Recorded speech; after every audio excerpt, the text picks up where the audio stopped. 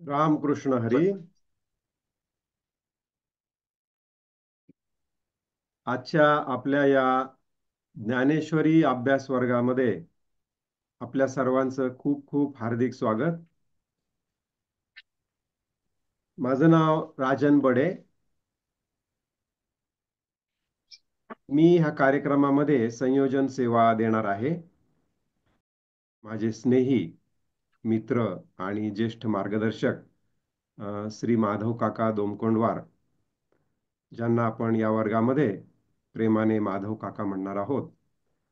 तर त्यांनी लिहिलेल्या अद्भुत अशा ग्रंथांचं वाचन झाल्यानंतर हा वर्ग व्हावा असं मला वाटलं आणि आपण याचं संयोजन केलं. त्याला सुद्धा माधव काकांनी मोठ्या आनंदाने संमती दिली. तर आपण आता या वर्गाची सुरुवात करूयात. माझ्या आपल्यासोबत माधव काका दोमकोंडवार आहेत आणि दिनकर काका जोशी हे सुद्धा आहेत. दिनकर काका जोशी हे भागवत कथाकार आहेत आणि ह्या उपक्रमात ते आपल्या सोबत असणार आहेत. हा जो काही ग्रंथ आहे, जो आपण सर्वांनी प्राप्त केलेला आहे आणि ज्या ग्रंथाच्या साहाय्याने आपण आपला अभ्यास पुढे करणार आहोत, त्या संपूर्ण ग्रंथाचं YouTube वरती आपल्या अतिशय रसाळ अशा वाणीनं त्यांनी वाचन केलेलं आहे.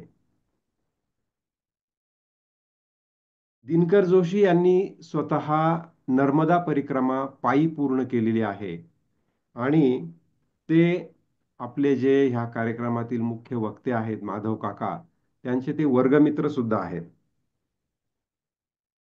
खरं तर त्यांना नर्मदा प्रसाद असंच त्यांनी नाव धारण केलेलं आहे आणि स्वतःचं नाव किंवा स्वतःची ओळख ही सुद्धा टाकून देऊन आपण सेवा द्यावी आणि आपल्यातल्या नावाचा सुद्धा मी औषधापुरताही शिल्लक राहू नये अशी त्यांची इच्छा असते. त्यामुळे नर्मदा प्रसाद हे सुद्धा त्यांचं नाव आहे. तर मी त्यांना आता विनंती करतो की त्यांनी आजच्या ह्या आपल्या उपक्रमाची सुरुवात त्यांच्या रसाळ अशा वाणीतून प्रार्थना करून करावी. दिनकर काका. माझी माऊली. श्री अनंता मधुसूदना पद्मनाभा नारायणा जगव्यापका जनार्दना आनंद घना अविनाशा सकळ देवाधिदेवा कृपाळू आजी केशवा महानंदा महानुभवा सदा शिवा सहजरूपा चक्रधरा विश्वंभरा गरुडध्वजा करुणाकरा सहस्रपादा सहस्रकरा क्षीरसागरा शेषशयना कमलनयना कमलापती कामिनी मोहना मदनमूर्ते भवतारका दरिताक्षिते वामनमूर्ती त्रिविक्रमा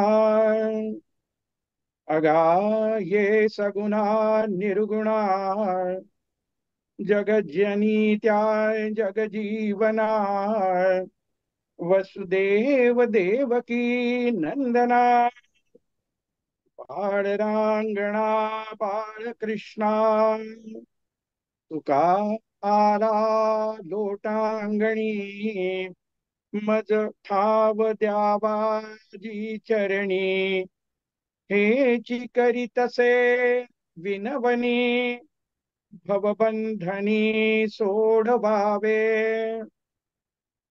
सकळ देवाधिदेवा कृपाळू आजी केशवा महानंदा महानुभवा सदा शिवा सहजरूपा. भगवंताचं सानिध्य या प्रार्थनेद्वारे आपण आताच अनुभवलेलं आहे. आता माऊलींचं सानिध्य आपण अनुभवूया. नमामि सद्गुरुं शांतं सच्चिदानंद विग्रहम् पूर्ण ब्रह्म परानंदम् ईशम् आनंदी वल्लभम्. ओम नमो ज्ञानेश्वराय करुणाकरा दयाळा तुमचा अनुग्रह लाधलो पावन झालो चराचरी. मी कळा कुसरी काहीच नेने बोलतो वचने अतिभाविका. तुमचा अनुग्रह लाधलो पावन झालो चराचरी. एका जनार्दनी तुमचा दास त्याची आस पुरवावी. तुमचा अनुग्रह लाधलो पावन झालो चराचरी. पावन झालो चराचरी. पावन झालो चराचरी. माऊली ज्ञानेश्वर महाराज की जय. प्रार्थनेमध्ये नाथ महाराज माऊली ज्ञानेश्वर महाराजांना उद्देशून म्हणतात, तुमचा अनुग्रह लाधलो पावन झालो चराचरी. म्हणजेच माऊलींचा अनुग्रह प्राप्त झाल्याने पावन झाल्याचे एकनाथ महाराज अत्यंत स्पष्ट करत आहे. अर्थात आत्मानुभूती प्राप्त झाल्याचे सांगत आहेत. आत्मानुभूती कशी प्राप्त करावी, त्यासाठी कोणत्या साधना आहेत, त्या फलप्रद होतील याची खात्री काय?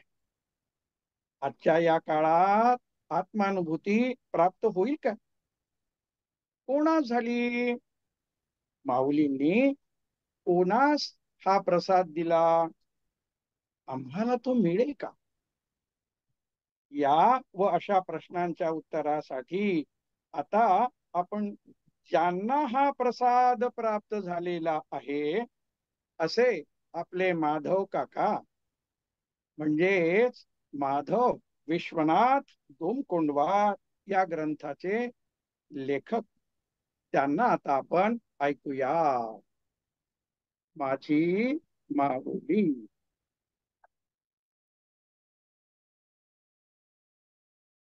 ओम नमोजी आद्या वेद प्रतिपाद्या जय जय स्वसंवेद्या आत्मरूपा. ग्रंथ सिद्धीस जाण्या हेतूने मंगल करण्याची वैदिक परंपरा आहे व त्या परंपरेस अनुसरून माऊलींनी ओम नमोजी आद्या या ओवीद्वारे ग्रंथ रचना केली आहे.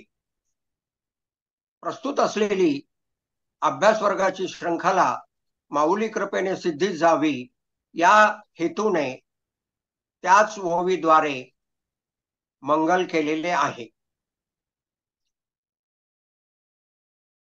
वारकरी संप्रदायाप्रमाणे आपण आता गजर करूया. पुंडलिक वरदा हरी विठ्ठल श्री ज्ञानदेव तुकाराम माऊली ज्ञानेश्वर महाराज की जय. जगद्गुरु तुकाराम महाराज की जय. शांती ब्रह्म एकनाथ महाराज की जय. पंढरीनाथ भगवान की जय. माऊलींनी श्री ज्ञानेश्वरी मध्ये सांगितलेल्या ज्ञान व साधनेच्या अभ्यासासाठी रुजू झालेल्या सर्व जिज्ञासू मुमुक्षु साधकांचे मनपूर्वक स्वागत. आपणा सर्वांना साधना वर्गासाठी प्रेरणा देणाऱ्या, प्रवृत्त करणाऱ्या माऊली चरणी सेवा देण्यास आता आपण प्रारंभ करूया. वंदन करूया माऊलींना. त्यासाठी समोर ग्रंथ जो ठेवलेला आहे आपण त्यावरील जे मुखप्रष्ठ आहे, ज्यावर माऊलींच्या संजीवन समाधीचं रंगीन चित्र आहे, त्याकडे आता आपण पाहायचं आहे. माऊली व माऊली स्वरूप सर्व सद्गुरू ज्यांनी आपणा सर्वांना आध्यात्मिक ज्ञानाने व ज्ञानाच्या अनुभवाने समृद्ध केले, त्या सर्व सद्गुरू माऊलींना आता आपण गुरुगीतेतील पुढील श्लोकाद्वारे नमन करूया. या श्लोकातील प्रत्येक पद समजण्यासाठी खूप सोपे आहे. माऊलींना नमन करण्यासाठी ग्रंथाच्या मुखपृष्ठावरील माऊलींच्या संजीवन समाधीस डोळे भरून पाहूया. हात जोडून प्रेम, आदर, भक्ती, निष्ठा, श्रद्धा या भावना मनात आणूया. डोळे बंद करून श्लोकांच्या प्रत्येक पदातील भावना माऊली प्रती मनात आणूया. माऊलींचे सानिध्य अनुभवूया.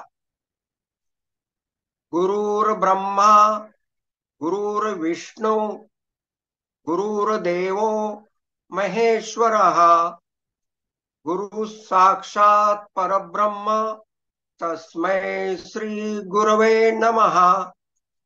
अखंड मंडलाकारं व्याप्तं येन चराचरं तत्पदं दर्शितं येन तस्मै श्री गुरवे नमः. त्वं पिता त्वं च मे माता त्वं बन्धुस्त्वं च देवता संसार मोहनाशाय तस्मै श्री गुरवे नमः.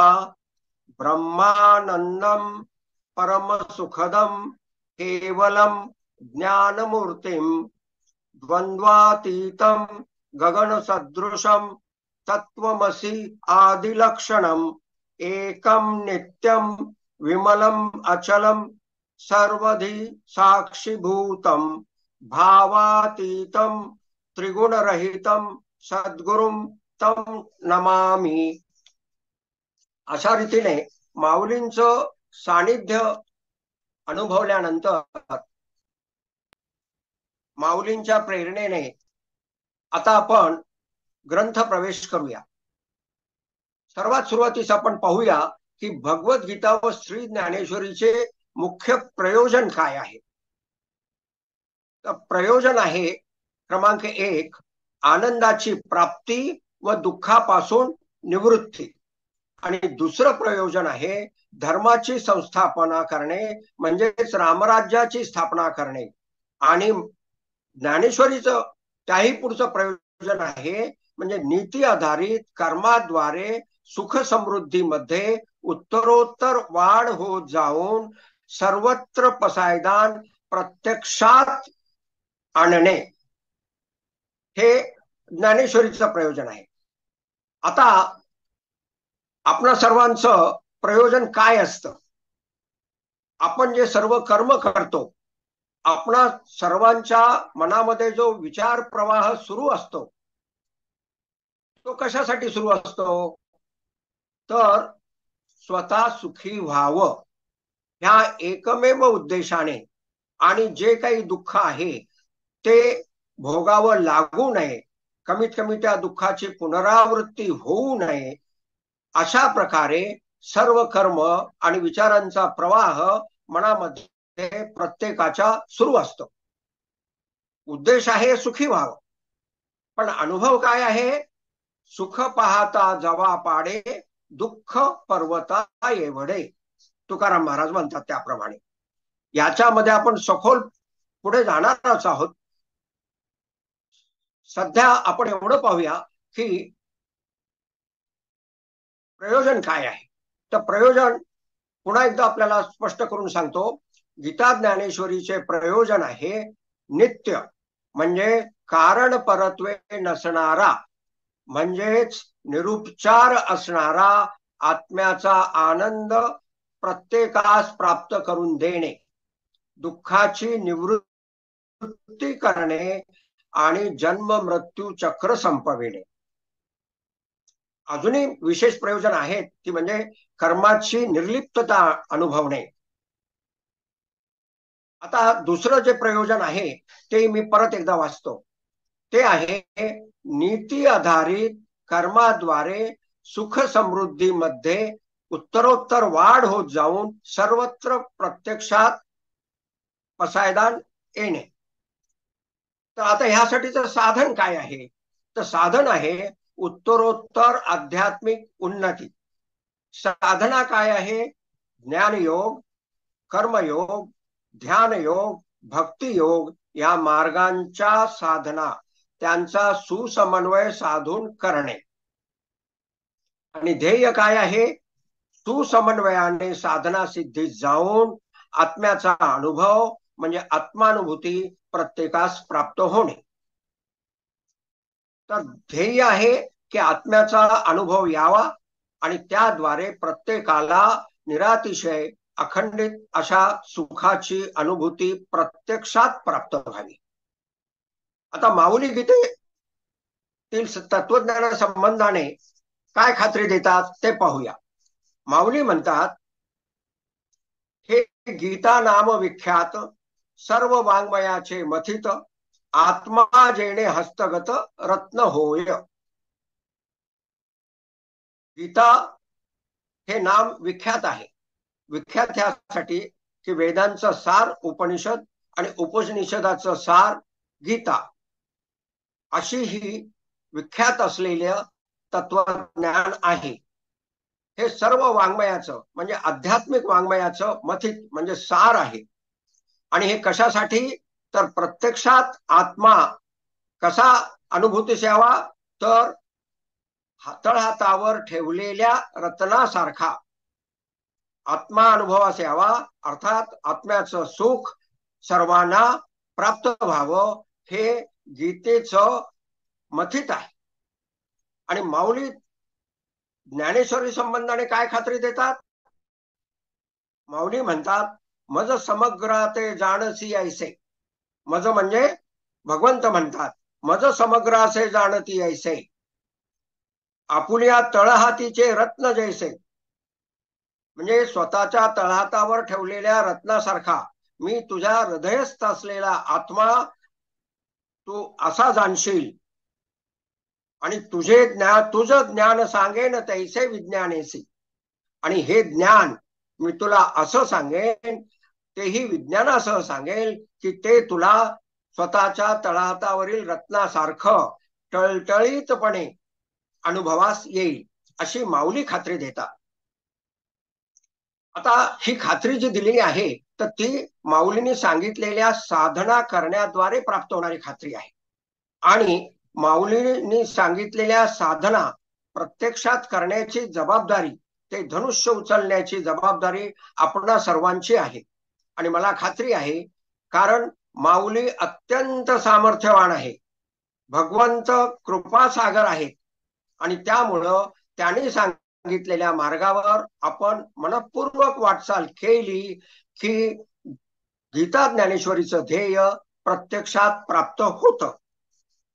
आता प्रस्तुत ग्रंथाची आवश्यकता समजावून घेण्याच्या दृष्टिकोनातून सांप्रतच्या जिज्ञासू साधकांचे दोन मुख्य प्रकार आहेत. ते मुख्य प्रकार काय आहेत आणि त्यांची आवश्यकता, त्यांची गरज, त्यांची नेसेसिटी काय आहे, त्याबद्दल आपण आता चर्चा करू. आजच्या स्पर्धात्मक काळातील तरुण, आज स्पर्धात्मक जे युग आहे, ह्या स्पर्धात्मक युगात असलेल्या तरुणाची काळाप्रमाणे असलेली काय गरज आहे, त्यापैकी काही तरुणांना ध्यानाभ्यासही येतो. आणि दुसरा जो ग्रुप आहे तो आहे वारकरी संप्रदायातील प्रौढ व्यक्ती, ज्यांना ज्यापैकी पुष्कळांनी पायीवारी सुद्धा केलेली आहे, चातुर्मासात ज्ञान यज्ञाचा लाभही घेतलेला आहे. त्यांची काय गरज आहे, ह्या दोन्ही प्रकारच्या साधकांची काय सध्या परिस्थिती आहे याबद्दल आता आपण थोडक्यामध्ये पाहून घेऊया. आपण हा प्रकार वाचकाशी संवाद, वाचकास सूचना ह्यामध्ये पाहिलेला आहे. त्याची आपण आता थोडक्यात उजळणी करूया.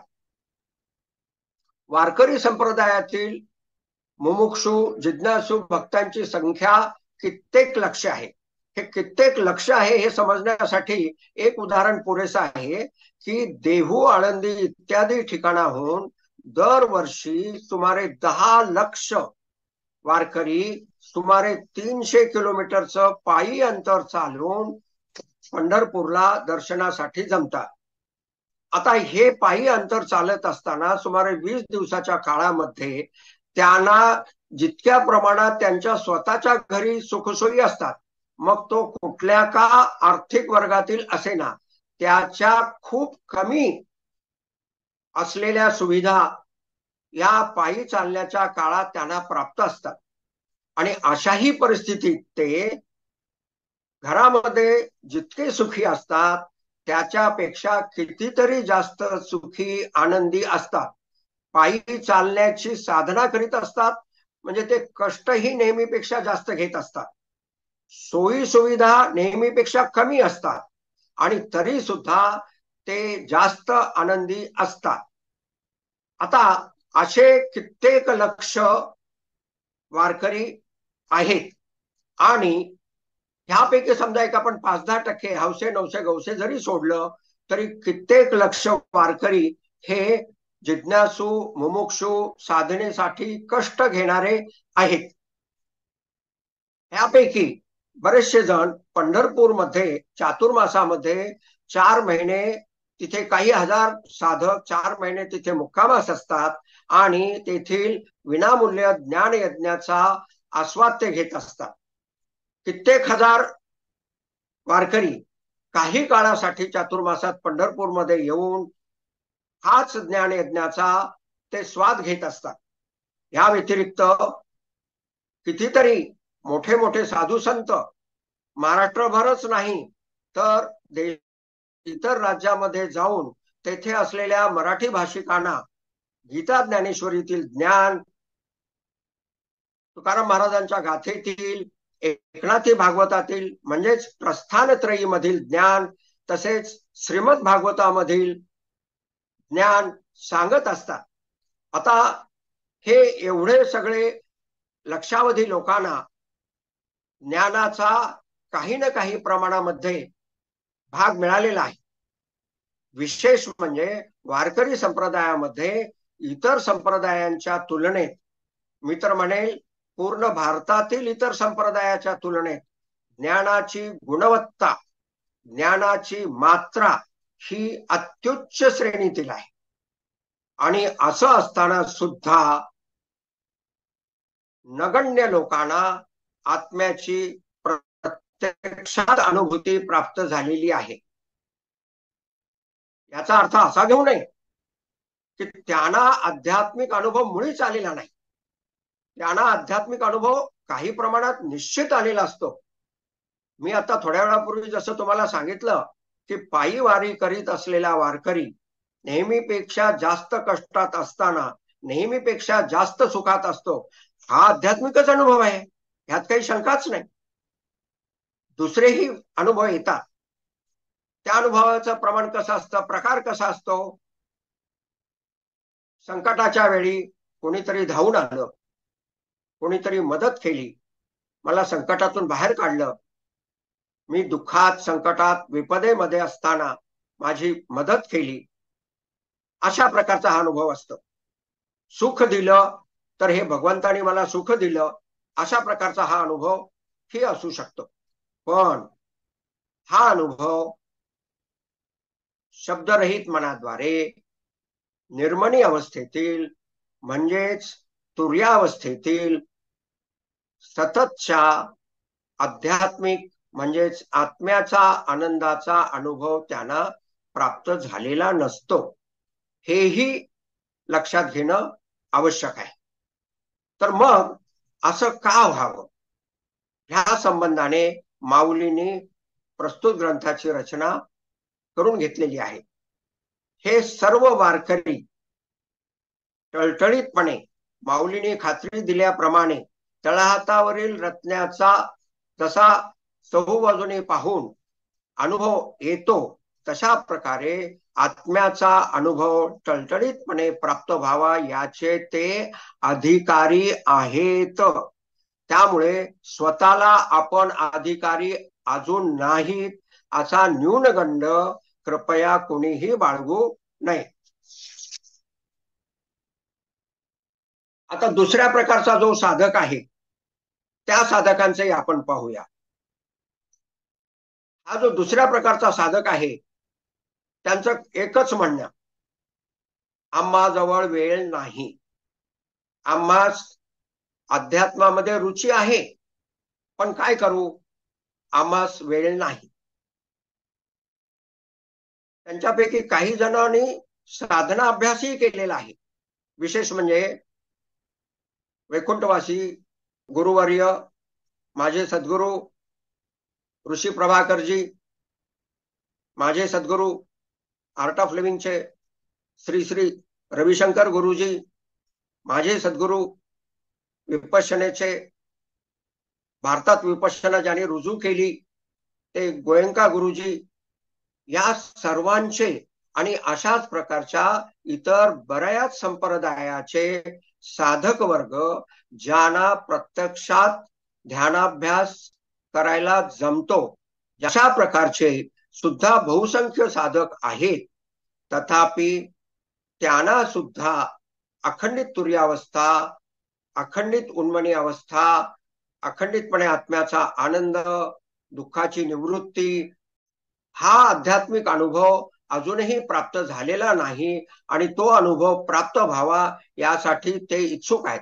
जसे वारकरी संप्रदायातील जिज्ञासू मुमुक्षू साधना करतात, ज्ञानाची त्यांच्याजवळ मुबलकता आहे आणि ते सुद्धा आर्त इच्छेने माऊलींचं ध्येय सिद्धीस नेऊ इच्छितात. तर अशा दोन्ही प्रकारच्या मुमुक्षु जिज्ञासू साधकांना प्रस्तुत ग्रंथ अत्यंत उपयोगाचा आहे. आता तो कशामुळं जास्त उपयोगाचा आहे ते आता आपण थोडक्यामध्ये पाहून घेऊया. होतं काय की ज्यांना ध्यानाभ्यास येतो त्यांना तो डोळे बंद करून येतो. डोळे बंद करून असलेल्या 20 मिनिटाच्या 30 मिनिटाच्या कालावधीतील काही काळासाठी विचाररहितता, शब्दरहितता प्राप्त होते आणि त्यातीलही काही काळासाठी आत्म्याचा अनुभव म्हणजे स्वस्वरूपाचा अनुभव म्हणजे स्वतःच्या अस्तित्वाचा अनुभव त्यांना प्राप्त होतो. काही वेळेस तो आनंदासकटही प्राप्त होतो. पण डोळे उघडल्याच्या नंतर परत रुटीन सुरू आणि त्यामुळं पण त्यांना फायदा होत नाही असं नाही. त्यांना कसा फायदा होतो, त्यांचं मन शांत असल्यामुळे त्यांचे व्यवहारातील निर्णय चुकत नाही. व्यवहारातील निर्णय अचूकतेने लवकर घेतले जातात. त्यामुळं त्यांची व्यवहारात प्रगती होते, संसारात प्रगती होते. नोकरीत असेल तर नोकरीमध्ये मानसन्मान मिळतो, प्रमोशन्स मिळतात, तेथे प्रगती होते. कारखानदार दुकानदार असाल तर तुमचा टर्नओव्हर वाढतो. अशा प्रकारे त्यांची प्रगती होते. पण अखंडित तुर्यावस्था, अखंडित उन्मनी अवस्था हे त्यांचं ध्येय अजून पूर्ण होणे शिल्लकच असतं. तसंच ज्ञानमार्गाचं झालेलं आहे. ज्ञानमार्गाचं आता काय होतं आणि कशामुळे त्यांना ही तुर्यावस्था प्राप्त होत नाही त्याबद्दल पाहून घेऊया. तर ह्या संबंधामध्ये दुसरा अध्याय जो गीतेचं मोक्षाचं द्वार आहे आणि त्यातील श्लोक क्रमांक 25 हे विशेषत्वाने मोक्षाचं द्वार आहे. तेथे भगवंत काय म्हणतात त्यातला काही भाग आपण पाहूया. तेथे भगवंत म्हणतात, आत्म्याचं स्वरूप सांगतात, अव्यक्तोयम अचिंतोयम अविकार्योयम उच्यते. आता हे जे अव्यक्तोयम अचिंतोयम जे आत्म्याचं स्वरूप सांगितलेलं आहे हे स्वरूप भगवंतानी दुसऱ्यांदा अध्याय 12 मध्ये पहा, श्लोक 3 मध्ये सुद्धा सांगितलेला आहे. तेथील भाग वाचतो. ये तू अक्षरम अनिर्देशम अव्यक्तम पर्युपासते सर्वत्रगम अचिंत्यम कूटस्थम अचलम. म्हणजे तिथे सुद्धा हीच विशेषणं भगवंतानी वापरलेली आहेत. म्हणजे असं 2 वेळेस भगवंतानी सांगितलेलं आहे की आत्मा हा अचिंत्य आहे आणि अव्यक्त आहे. आता अचिंत्य आहे म्हणजे कसा? म्हणजे ज्या प्रकारे बगळा माशाचे, लोभी पैशाचे, कामुक पुरुष स्त्रीचे चिंतन जसे करतो तशा पद्धतीने आत्म्याचे चिंतन करता येत नाही. आत्म्यास व्यक्त भावात आणता येत नाही. ज्या प्रकारे आपण युद्धभूमीवर न जाता सुद्धा युद्धभूमीवर गेलेल्या सैनिकाने सांगितलेला अनुभव जर स्पष्टपणे सांगितला तर युद्धभूमीवर गेल्यासारखे सुद्धा वाटू शकते. तशा प्रकारे कल्पनेद्वारे आत्म्याचा अनुभव घेता येत नाही. किंवा सिंहाला पंख आहेत अशी कल्पना करता येते. तशा प्रकारे कल्पना करून आत्म्याचा अनुभव घेता येत नाही. मग माऊली काय सांगतात? हा आत्म्याचा अनुभव घेण्यासाठी काय पाहिजे? तर माऊली म्हणतात, हा तर्काची दिठी गोचर नोहे किरीटी. अर्थात तर्काच्या दृष्टीला म्हणजे अनुमानादी प्रमाणाद्वारे आत्मा अनुभवास येणारा नाही. मग कसा अनुभवास येतो? माऊली काय सांगतात? हे शब्देविन संवादीजे इंद्रिया नेणता भोगीचे. म्हणजे पहिल्या अध्यायातली 58वी ओवी. पहिल्या अध्यायात पहिल्या 80 ओव्याद्वारे माऊलींनी ज्ञानेश्वरीची प्रस्तावना केली आहे आणि 80 ओव्यानंतर श्लोक क्रमांक 1 आहे आणि तिथून मग श्लोकनिहाय माऊलींनी विवेचन केलेलं आहे. तर त्यातच सुरुवातीलाच ते सांगतात की आत्मा हा शब्देविन संवादीचे इंद्रिया नेणता भोगीचे. पुढे गीतेमध्ये ह्या संबंधाने पुष्कळ विस्तार आलेला आहे. आणि हा मग आत्मा मनास प्रकाशित करतो, मन आत्म्यास प्रकाशित करू शकत नाही. बुद्धी मनावर कंट्रोल ठेवते, मनास प्रकाशित करू शकते, पण आत्म्यास प्रकाशित करू शकत नाही. अशा प्रकारचा विस्ताराने अभ्यास गीतेत ज्ञानेश्वरीत आहे, तो आपण करणारच आहोत. पण सांगण्याचा प्रमुख मुद्दा असा की जोपर्यंत मनामध्ये शब्द आहे तोपर्यंत अनुभव कशाचा येतो? मनात असलेल्या शब्दाच्या अर्थाचा, मनात असलेल्या शब्दाच्या अर्थाचाच अनुभव येतो. पण अस्तित्वाचा अनुभव येतो का? नाही. उदाहरण द्यायचं झालं तर ब्लॅकबोर्डवर आपण जे लिहितो त्या शब्दांचाच आपल्याला अनुभव येतो. त्या शब्दांच्या स्फोटरूप अर्थाचाच अनुभव येतो. त्या शब्दांचा स्फोट रूपाने होणारा अर्थच कळत राहतो, समजत राहतो, पण फळा दिसत नाही. दिसत नाहीये म्हणजे अनुभवास येत नाही. बुद्धीला जर विचारलं तुम्ही तर बुद्धी सांगते की हो, फळा हे अधिष्ठान आहे म्हणून तर त्यावर शब्द आहे. तसं बुद्धी सांगते की अहो चिदाकाश आहे म्हणून तर चिदाकाशातल्या शब्दांचा अर्थ समजतो. पण पहिल्या उदाहरणात फळा दिसू शकतो थोड्याशा प्रयत्नाने, कारण ते इंद्रियाद्वारे समजणारं साधन आहे. पण चिदाकाश त्या प्रकारे बुद्धीद्वारे लक्षात येऊ शकत नाही. लक्षात आलं तरी अनुभवास येऊ शकत नाही. ते अनुभवास येण्यासाठी काय करायचं आहे? संवादे विण शब्दे विण त्याचा अनुभव घ्यायचा आहे. म्हणून पहिल्या क्रमांकाचा जो साधक आहे, जो साधना अभ्यास करतो, त्याला तो अनुभव ध्यानाभ्यास करताना येतो. पण ध्यानाभ्यास संपला की तो अनुभव जातो.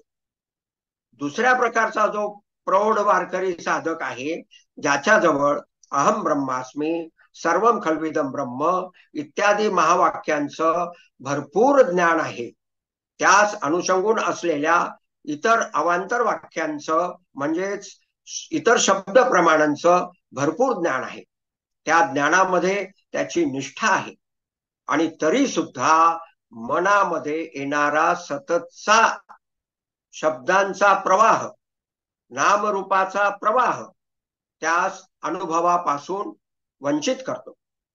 माऊली हा विषय अमृतानुभवामध्ये खूपच चांगल्या प्रकारे स्पष्ट करतात. आता पहा, तुम्हाला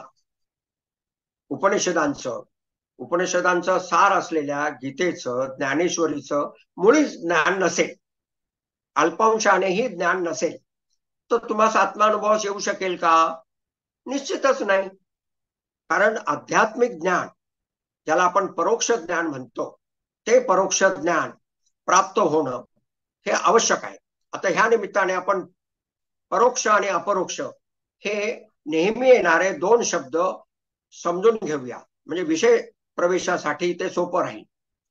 व्यवहारातलं जे ज्ञान आहे, व्यवहारातला जो अनुभव आहे, मग तो अनुभव इंजिनिअरिंग क्षेत्रातला असेल, मेडिकल क्षेत्रातला असेल, वकिली क्षेत्रातला असेल, शासनातील सेवेचा असेल, दुकानदारातील स्वतःच्या दुकानाचा किंवा तेथील सेल्समनचा असेल, कारखानदारांचा असेल, तेथील मजुरांचा असेल, हा सर्व अनुभव आणि सर्व ज्ञान म्हणजे ते SSCचा असेल किंवा पुढे शिकलेल्या अभ्यासक्रमाचा असेल, हे सर्व ज्ञान हे परोक्ष असतं, म्हणजे स्वभिन्नतेने कळत असतं. म्हणजे मी आहे आणि मी त्या ज्ञानाचा ज्ञाता आहे, मी जे ज्ञान शिकत आहे त्या ज्ञानाचा मी ज्ञाता आहे. अशा प्रकारे ते ज्ञान, ज्ञाता, ज्ञान, ज्ञेय या त्रिपुटीद्वारे संपादित केलेलं असतं. म्हणून ह्या ज्ञानात स्वभिन्नतेने असणारे ज्ञान, स्वभिन्नतेने ह्याचाच अर्थ परोक्षत्वाने, हे परोक्षत्वाने असलेलं ज्ञान, आध्यात्मिक ज्ञान सुद्धा अशाच पद्धतीने परोक्षत्वाने सुरुवातीस प्राप्त होते. पण व्यवहारिक ज्ञानाचा अनुभव परोक्षत्वाने येतो, स्वभिन्नतेने येतो. तशा प्रकारे आध्यात्मिक ज्ञानाचा अनुभव स्वभिन्नतेने येत नाही. आध्यात्मिक ज्ञानाचा जो अनुभव येतो तो अपरोक्षत्वाने येतो. जे परोक्षत्वाने ज्ञान प्राप्त केलेले आहे त्या ज्ञानाची अपरोक्षानुभूती जेव्हा प्राप्त होते, ते ज्ञान स्वतःच्या ठिकाणी ज्या वेळेस अनुभवास येते त्यावेळेस त्याला म्हटलं जातं की ज्ञानाची अपरोक्षानुभूती प्राप्त झाली. तर ही अपरोक्षानुभूती प्राप्त कशी होते ते माऊलींनी विस्ताराने अमृतानुभवामध्ये सांगितलेलं आहे. त्याचं परिशिष्टही त्या ग्रंथात जोडलेलं आहे. त्यातील एखादी ओवी जी वाचकासंवाद दिलेली आहे ती आता आपण इथे पाहूया. जे आध्यात्मिक परोक्ष ज्ञान, शब्द ज्ञान, म्हणजे सोप्या भाषेत सांगायचं तर नॉलेज अँड इन्फॉर्मेशन, आध्यात्मिक शब्द ज्ञान. तैसे पिऊनी अज्ञान तव वरी वाढे ज्ञान, जव आपुले निधेन निशेष साधे. तैसे पिऊनी अज्ञान म्हणजे आध्यात्मिक शब्द ज्ञान अज्ञान पिऊन टाकतं, आणि ते तववरी वाढे ज्ञान, आणि ते शब्द ज्ञान वाढतच जातं. कुठपर्यंत वाढत जातं? जव आपुले निधन निशेष साधे. जोपर्यंत ते ज्ञान स्वतःचा नाश निशेषत्वाने करून घेत नाही तोपर्यंत परोक्ष असलेलं आध्यात्मिक ज्ञान वाढतच जातं. त्याची अनुभूती येत नाही. त्याची अनुभूती केव्हा येते? जेव्हा ते ज्ञान म्हणजे त्या शब्द ज्ञानाचा शब्द प्रवाह, मनात असलेला शब्द प्रवाह, ते ज्ञान समजून सांगणारा मनातील आध्यात्मिक ज्ञानाचा शब्द प्रवाह जेव्हा निशेष संपतो त्यावेळेस जे ज्ञान प्राप्त करून घेतलेलं आहे, जे आत्म्यासंबंधीचं म्हणजेच आध्यात्मिक ज्ञान जे तुम्ही भरपूर प्रमाणात प्राप्त करून घेतलेलं आहे आणि जे तुम्हास परोक्ष आहे ते अपरोक्षत्वाने तुम्हा स्वतःच्या ठिकाणी अनुभवास येतं, म्हणजेच तुम्हाला आत्म्याचा अनुभव प्राप्त होतो, म्हणजेच अहम ब्रह्मास्मी या ज्ञानाची अप्रोक्षानुभूती प्राप्त होते. असा हा संबंध आहे शब्द ज्ञानाचा आणि ज्ञानाच्या अनुभूतीचा. हा महत्वाचा संबंध आहे आणि त्यामुळं ज्ञान मार्गाचा भक्ती मार्गाचा समन्वय हा ध्यान मार्गाशी करणं अत्यंत आवश्यक आहे. संप्रदायामध्ये म्हणजे वारकरी संप्रदायामध्ये ज्ञानाची मात्रा आणि गुणवत्ता दोन्हीही संपूर्ण देशातील इतर संप्रदायाच्या तुलनेत उत्कृष्ट आणि अत्युच्च दर्जाची असून सुद्धा त्या संबंधाने विपुल प्रमाणामध्ये ग्रंथ संपदा उपलब्ध असून सुद्धा त्या संबंधाने पंढरपूर येथे चातुर्मासात विनामूल्य ज्ञान यज्ञ कित्येक वर्षापासून सतत सुरू असताना 300 किलोमीटरची पायी यात्रा कष्ट घेऊन लक्षावधी लोकांनी पायी पुरी केलेली असताना सुद्धा तो येत नाही. याचं कारण मनातलं शब्द ज्ञान संपतच नाही. ह्या संबंधाने थोडक्यात आपणास असं समजून घ्यावं लागेल की हे समजणं हे संपणं का आवश्यक आहे. तर अध्याय 14 जो गुणत्रय विभाग योगावर आहे त्यामध्ये 3 गुणासंबंधाने विचार केलेला आहे. हा विषय आपण खोलामध्ये जाऊन नंतर विस्ताराने घेणारच आहोत, पण विषय प्रवेश म्हणून मी आपणास सांगू इच्छितो की संपूर्ण गीतेमध्ये म्हणजे 700 श्लोकापैकी 84 म्हणजे 12% श्लोक 3 गुणाच्या संबंधाने आहेत. हे 84 श्लोकाचं कोष्टक म्हणजे कोणत्या अध्यायात कोणत्या क्रमांकाचे श्लोक कुठे दिलेले आहेत ते परिशिष्ट क्रमांक 3 पृष्ठ 11 वर आपणास दिसेल. ज्याने वही पेन्सिल ठेवलेली आहे फक्त त्यांनी परिशिष्ट 3 पृष्ठ 11 एवढं लिहावं, बाकी नंतर करू शकता आपण. तर असा हा गुणत्रय विभाग योगामध्ये ह्या 3 गुणाचा विशेषत्वाने अभ्यास केलेला आहे. थोडक्यात सांगायचं तर गुण म्हणजे काय.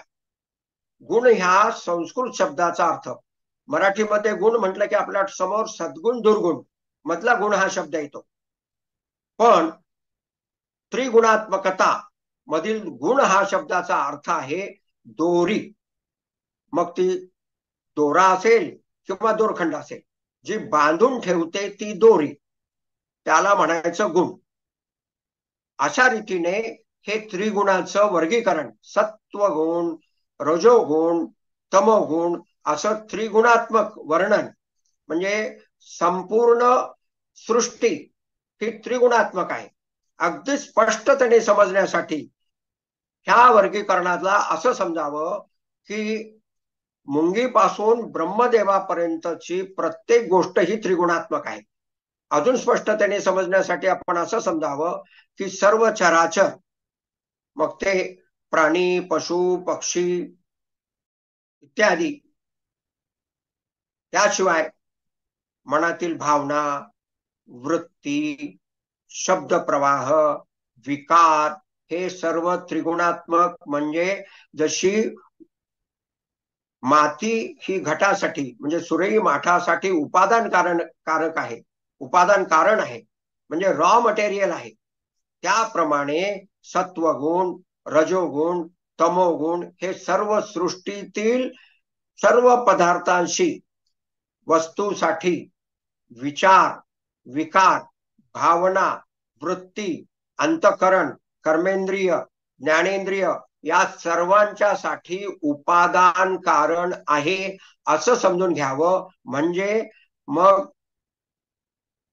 त्यावर निष्ठा बसणं, त्यावर विवेक स्थिर होणं सोपं जातं. तर असे ही त्रिगुणात्मक आहेत. तर ह्यातील जे तमोगुण आहे ते दोरखंडासारखं आहे, तितक्या घट्टपणे बांधून ठेवतं. रजोगुण आहे तेही बांधून ठेवतं. बांधून ठेवणं म्हणजे काय? आत्म्याच्या स्वरूपापासून उत्तरोत्तर दूर नेणं. बांधून ठेवण्याचा अर्थ आहे आत्मस्वरूपापासून, आत्मस्वरूपाच्या अनुभवापासून उत्तरोत्तर दूर नेणं, हे ह्या 3 गुणाचं कारण आहे. हे 3 गुण हे करत असतात. तर आता भगवंत काय म्हणतात अध्याय 14 श्लोक 6 मध्ये, तत्र सत्वम निर्मलत्वात् प्रकाशकम अनामयम सुख संगेन बध्नाति ज्ञान संघेन च अनघ. अनघ हे विशेषण भगवंतानी अर्जुनासाठी ह्या श्लोकात वापरलेलं आहे. म्हणजे 13 अध्याय सांगून झाले अर्जुनाला, म्हणजे अर्जुनाची आध्यात्मिक प्रगती त्या पातळीपर्यंत आलेली आहे. आणि त्यावेळेस भगवंत अनघ म्हणजे निष्पापा, म्हणजे सर्वसामान्य दोषापासून तो रहित झालेला आहेस. म्हणजे तमोगुणापासून तो रहित झालेला आहेस, रजागुणापासून सुद्धा तो रहित झालेला आहेस, पण अजूनही तो सत्वगुणापासून बांधलेला आहेस. तर सत्वगुण कसा आहे? अनामयम म्हणजे दोषरहित. आमय म्हणजे शब्दशः अर्थ रोग, पण इथे अर्थ आहे की दोषरहित आहेस तू. म्हणजे रजोगुणापासून तमोगुण ह्या 2 दोषापासून तू रहित आहेस. आणि सत्वगुण कसा आहे? प्रकाशक आहे. त्यानंतर तो कसा आहे? सत्वम आहे, निर्मलत्वम आहे. म्हणजे तो सत्वगुण आत्म्यात जवळ नेणारा आहे, आत्म्यास प्रकाशित करणारा आहे, आत्म्याचा अनुभव मिळवून देण्यास सहाय्यभूत आहे. तथापि त्यास सुद्धा सोडणं आवश्यक आहे. म्हणून भगवंत काय म्हणतात, तो कारण परत्वे मिळणाऱ्या संसारामध्ये अधूनमधून जे कारण परत्वे सुख मिळतं किंवा आध्यात्मिक सुख, ज्या वेळेस तुम्ही श्रवण प्रवचन ऐकत असता, विशेषत्वाने आपण श्रीमद भागवत चांगल्या, म्हणजे आपले चैतन्य महाराज आहेत, चंद्रशेखर महाराज आहेत, अशा मोठ्या साधू संतांच्याकडून किंवा हिंदी भाषिक सुद्धा मोठाले साधू संत आहेत त्यांच्याकडून जेव्हा आपण हे ऐकता, त्यावेळेला सत्वगुणाची वृद्धी होऊन आपणास जे सुख मिळतं त्या सुखाद्वारे तुम्ही बांधलेले राहता. म्हणजेच काय की कारण परत्वे सुखाने तुम्ही बांधलेले राहता. आणि ज्ञान संघेन च अनघ, आणि ज्ञानाच्या संबंधाने सुद्धा तुम्ही बांधलेले असता. म्हणजे ज्ञानाच्या संबंधाने तुम्ही कसे बांधलेले असता, हा इथे महत्वाचा भाग आहे. मी आध्यात्मिक ज्ञानी आहे, मला बऱ्याचशा उपनिषदातलं ज्ञान झालेलं आहे, मला संस्कृत प्रस्थानत्रयी, मराठी प्रस्थानत्रयी ह्या माझ्या वाचून झालेल्या आहेत. ह्यातील शब्द ज्ञानाने मी समृद्ध आहे. साध्या भाषेत सांगायचं तर अहम ब्रह्मास्मी, सर्वम खल्विदम ब्रह्म इत्यादी महावाक्यांचं शब्दज्ञान मला विपुलतेने झालेलं आहे. अशा संबंधाने तो बांधलेला असतो. आता माऊली फार छान स्पष्ट करतात, माऊली सारखं कोणी स्पष्ट करू शकत नाही. माऊली कसं स्पष्ट करतात, मग ज्ञाने छडफडी जाणीवेचे खुरखोडी स्वय सुखे धाडी हातीचे गा. आत्म्याचं सुख कुठं आहे? स्वतः जवळ आहे. म्हणजे एक हात दूर आहे तुमच्यापासून, इतकं ते तुम्हाला जवळ आहे. आता ते इतकं तुम्हाला जवळ का झालंय? एक हात इतकं जवळ का आलं? कारण तुम्ही आता शब्द ज्ञानाने समृद्ध झाला, आध्यात्मिक शब्द ज्ञानाने आता तुम्ही समृद्ध झालात, सत्वगुणाने तुम्ही आता व्याप्त झालात. पण काय होतंय, त्या ज्ञानाच्या मुळे काय झालंय की जसे तो वासरांचा गुरांचा कळप संध्याकाळी गावामध्ये वापस येताना स्वतःच्याच खुरानी धूळ उडवितो आणि त्यातली वासरं त्या धुळीमुळे, स्वतःच्याच धुळीमुळे भांबावून जातात, तशा पद्धतीने तुम्हाला जे ज्ञान प्राप्त झालेलं आहे शब्द ज्ञान, त्या शब्द ज्ञानामध्ये तुम्ही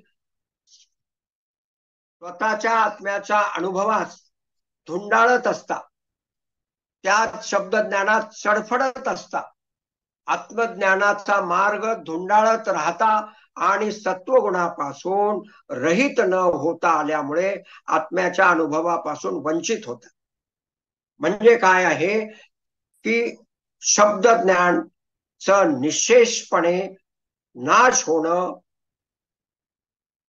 स्वतःच्या मनातून ते संपून जाणं, आणि तेही केव्हा जागृत अवस्थेत असताना. म्हणून वारकरी संप्रदायात काय म्हटलं जातं, जे खरं आहे, योगी जो ध्यानावस्थेत अनुभवतो तो ज्ञानी जागृत अवस्थेत अनुभवतो. थोड्या वेळापूर्वी आपण पाहिलं की ध्यान करणारे पुष्कळ तरुण आहेत आणि त्यांना ध्यानावस्थेमधील काही काळ विचाररहित अवस्थेचा म्हणजे स्वस्वरूप अवस्थेचा लाभ होतो, पण ध्यानातून बाहेर आल्यावर होत नाही. आणि जो ज्ञानी, इथे ज्ञानीचा अर्थ जो ज्ञानाच्या अनुभवात असतो तो उघड्या डोळ्याने शब्दरहितता अनुभवत असतो. आता पहा, आपण शब्दरहिततेचं महात्म्य अजून थोडक्यात समजून घेऊ. विवेक चूडामणीमध्ये काय सांगितलेलं आहे शब्दज्ञानाच्या बाबतीमध्ये, आध्यात्मिक शब्दज्ञान हे महाअरण्य आहे. तर तिथे 62 व 67 या 2 श्लोकाद्वारे सांगितलेलं आहे. त्या श्लोकांचे पूर्णत्वाने अर्थ आपल्याला गीतेत सापडतील, त्यामध्ये आपण सखोलतेने नंतर जाणारही आहोत. त्या ठिकाणी काय म्हटलेलं आहे, शब्दजाल आहे हे महाअरण्य आहे आणि ते चित्त भ्रमण कारणम आहे. म्हणजे स्वतःलाच ते भ्रमित करतं. जसं माऊलीने सांगितलं की ती वासरं स्वतःच्या धुळीने जसे भांबवून जातात, तसे हा शब्द ज्ञानी नुसता धुंडाळत राहतो, स्वतःच्या आत्मस्वरूपाला धुंडाळत राहतो, शब्द ज्ञानामध्ये जातो आणि खंडन मंडन करत राहतो. इतर संप्रदायातील ज्ञानाचं खंडन करणे आणि स्वतःच्या संप्रदायातील ज्ञानाचं मंडन करणे, अशा पद्धतीच्या शाब्दिक क्लिष्टतेत तो गुंतून राहतो आणि त्यामुळे त्या आत्मानुभवापासून वंचित राहतो. तर आता ह्या ठिकाणी आपल्याला असं बघायचं आहे की आपण शब्द ज्ञानाचा निषेध करत नाही आहे बरं का, नाहीतर आपण 2 पाऊल पुढे आणि 4 पाऊल मागे असं होता कामा नये. आध्यात्मिक शब्द ज्ञान जोपर्यंत जितकं प्राप्त व्हावं तितकं प्राप्त होत नाही तोपर्यंत आत्मानुभूती प्राप्त होण्याची शक्यता मुळीच नाही. पण असं परोक्षत्वाने प्राप्त झालेलं आध्यात्मिक शब्द ज्ञानच्या जोडीला शब्दरहितता जी ध्यानाभ्यासामुळे प्राप्त होते, ती जेव्हा जागृतावस्थेत प्राप्त होते त्यावेळेस त्या ज्ञानाची अप्रोक्षानुभूती, आध्यात्मिक ज्ञानाची अप्रोक्षानुभूती जागृतावस्थेत म्हणजे डोळे उघडे असतानाच्या अवस्थेत प्रत्यक्षात प्राप्त होते आणि ज्ञानाचा झरा वाहणे सुरू होते. आता आपण इथे हे पाहून घेणार आहोत की काय होतं ते, हा परिच्छेद आपण जरा पाहून घेऊया. क्लिष्ट करून सांगितलेले ब्रह्मज्ञान आत्मज्ञान समजू लागले, ब्रह्मज्ञान स्पष्ट करण्यासाठी अध्यापनात शब्दाची क्लिष्टता येऊ लागली की समजावे. लेखक वाचक प्रवचनकार श्रोता ही जोडी विद्यानंदात गूढरम्यतात वाहत जात आहे. त्यात सात्विक आनंद आहे बरं का, त्या गूढरम्यतेत सात्विक आनंद आहे, पण सत्वगुण बांधून ठेवतो ना, त्यातून रहित होण्यासाठी आपणास शब्दरहितता पाहिजे. आता काय झालंय की ज्ञान मार्ग श्रद्धावान लभते ज्ञान, यावर विस्ताराने विवेचन आपल्या ग्रंथात आहे. आपण आता विषय प्रवेश म्हणून त्याकडे बघत आहे की ज्ञान मार्गामध्ये ज्ञानी जेव्हा आपण म्हणतो तेव्हा तो शब्दज्ञानी आणि ज्ञानाचा अनुभव घेणारा ज्ञानी, ह्या दोघांनाही ज्ञानी म्हटलं जातं. जसं भक्त, ज्ञानोत्तर भक्त आणि ज्ञानपूर्व भक्त. ज्ञानोत्तर भक्त म्हणजे अप्रोक्षानुभूती प्राप्त झाल्यानंतरचा भक्त. पण ज्ञानोत्तर भक्त म्हटलं की सर्वसाधारण माणसाला काय होतं, ज्या व्यक्तीला शब्द ज्ञान आध्यात्मिक शब्द ज्ञान बऱ्यापैकी झालेलं आहे, आता तो झाला ज्ञानोत्तर आणि आता तो ज्ञानोत्तर भक्तीचा आनंद घेत आहे. आणि भक्ती ही केव्हाही आनंददायीच आहे. अप्रोक्षानुभूती पूर्वीही आनंददायी आहे आणि अप्रोक्षाभूती नंतरही आनंददायी आहे. त्यामुळं त्याला नेमकं हे लक्षात येत नाही की त्याला जो आज भक्तीमधला आनंद मिळत आहे तो सात्विक आनंद आहे का गुणरहिततेद्वारे प्राप्त होणारा निरुपचार निर्निर्मित कारण परत्वे नसलेला नित्य असलेला आनंद आहे, आत्म्याचा आनंद आहे, आत्म्याच्या अप्रोक्षानुभूतीद्वारे आलेला आनंद आहे, हे त्याला स्पष्ट होत नाही. अनुभवास येत नाही. आता आपले बरेचसे साधक तरुण पिढीतले आहेत, त्यांच्यासाठी मी एका वेगळ्या शब्दाद्वारे सांगू इच्छितो. माऊलीने खात्री दिलेली आहे की मी तळहातावर ठेवलेल्या रत्नासारखा आत्मा अनुभवास आणून देईन. गीतेमध्ये ते सर्व ज्ञान उपलब्ध आहे. गीता ज्ञानेश्वरीमध्ये ते उपलब्ध आहे. पर्यायाने प्रस्तुत ग्रंथामध्ये ते पूर्णत्वाने उपलब्ध आहे. मग ते ज्ञान अनुभवण्याची जबाबदारी कोणाची? तर माझी स्वतःची, असं प्रत्येकाला मनापासून वाटलं पाहिजे. मला सोपं करून सांगा, मला तुम्ही ज्ञान अनुभवास आणून द्या, असं म्हणत राहण्याने अनुभव येत नाही. मी अनुभवाचा अधिकारी आहे. मी माझी स्वतःची चित्तशुद्धी पूर्णत्वास नेणार. मी माऊलीने सांगितलेल्या सर्व साधना स्वतः निष्ठेने करणार आणि असं करण्याद्वारे मी तो आत्म्याचा अनुभव घेणार. अशा पद्धतीने जोपर्यंत आपण साधना करत नाही तोपर्यंत ज्ञान अनुभवास येत नाही. तर ते इंद्रधनुष्य पेलण्याची जबाबदारी मी घेणार, म्हणजे साधना मी करणार, असा त्या ठिकाणी निश्चय आजच्या तरुण पिढीने करणे अपेक्षित आहे. आणि दुसऱ्या बाजूला ध्यानाच्या बाबतीमध्ये मी प्रगती करणार. म्हणजे जे वारकरी संप्रदायाचं ब्रीद वाक्य आहे की योगी जे ध्यानात अनुभवतो ते ज्ञानी जागृतावस्थेत उघड्या डोळ्याने अनुभवतो. हे वारकरी संप्रदायाचं ब्रीद वाक्य सिद्धीस नेण्याची जबाबदारी प्रौढ वारकरी संप्रदायातील सर्व जिज्ञासू मुमुक्षूंनी मनाशी निष्ठेद्वारे संकल्पित करणं अत्यंत गरजेचं आणि आवश्यक आहे. आपण थोडक्यात काय पाहिलं की सुख प्राप्त करून देणे, दुःखाची निवृत्ती करणे हे गीता ज्ञानेश्वरीचं प्रयोजन आहे. अर्थात आत्म्याचा आनंद प्राप्त करून देणे, अखंडित तुर्यावस्था प्राप्त करून देणे, उन्मनी अवस्था म्हणजे मनरहित अवस्था प्राप्त करून देणे, स्वस्वरूप अवस्था प्राप्त करून देणे, जीवनमुक्त अवस्था प्राप्त करून देणे, हे वेगवेगळे शब्द जरी असले तरी एकाच अवस्थेचे निर्देशक आहेत. आणि काय होतं, कधी कोणता शब्द वापरून गूढरम्यता निर्माण केली जाते. म्हणून मी हे सर्व शब्द एक साथ ग्रंथामध्ये वेगवेगळ्या ठिकाणी उद्धृत केलेले आहेत.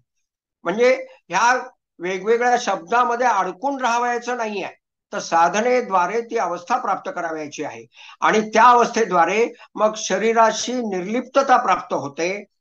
शरीरात प्राप्त होणारं सुख आणि दुःख हे दोन्ही निर्लिप्ततेने, त्रागा न करता आवेगरहिततेने प्रारब्धानुसार प्राप्त होणारे सुख दुःख भोगल्या जाते.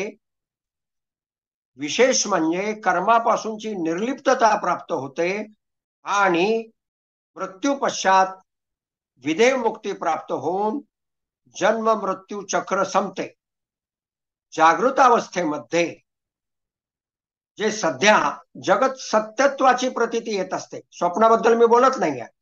जागृत अवस्थेमध्ये आपणास कसं सर्व जग, मी स्वतः आणि ज्यांच्याशी माझा संबंध येतो ते सर्व, मग ते वृक्ष असेल, काही असेल, म्हणजे चराचर काही असेल, हे सर्व सत्य आहे अशी अनुभूती येत असते. पण ज्या वेळेस ही अवस्था प्राप्त होते त्यावेळेस जगत मिथ्यत्वाची प्रतीती येते. आणि ती किती टळटळीतपणे येते? जितक्या टळटळीतपणे सध्या जगत सत्यत्वाची प्रतीती येत असते तितक्या सत्यत्वाने जगत मिथ्यत्वाची प्रतीती येते. म्हणजे ही अवस्था प्राप्त झाली.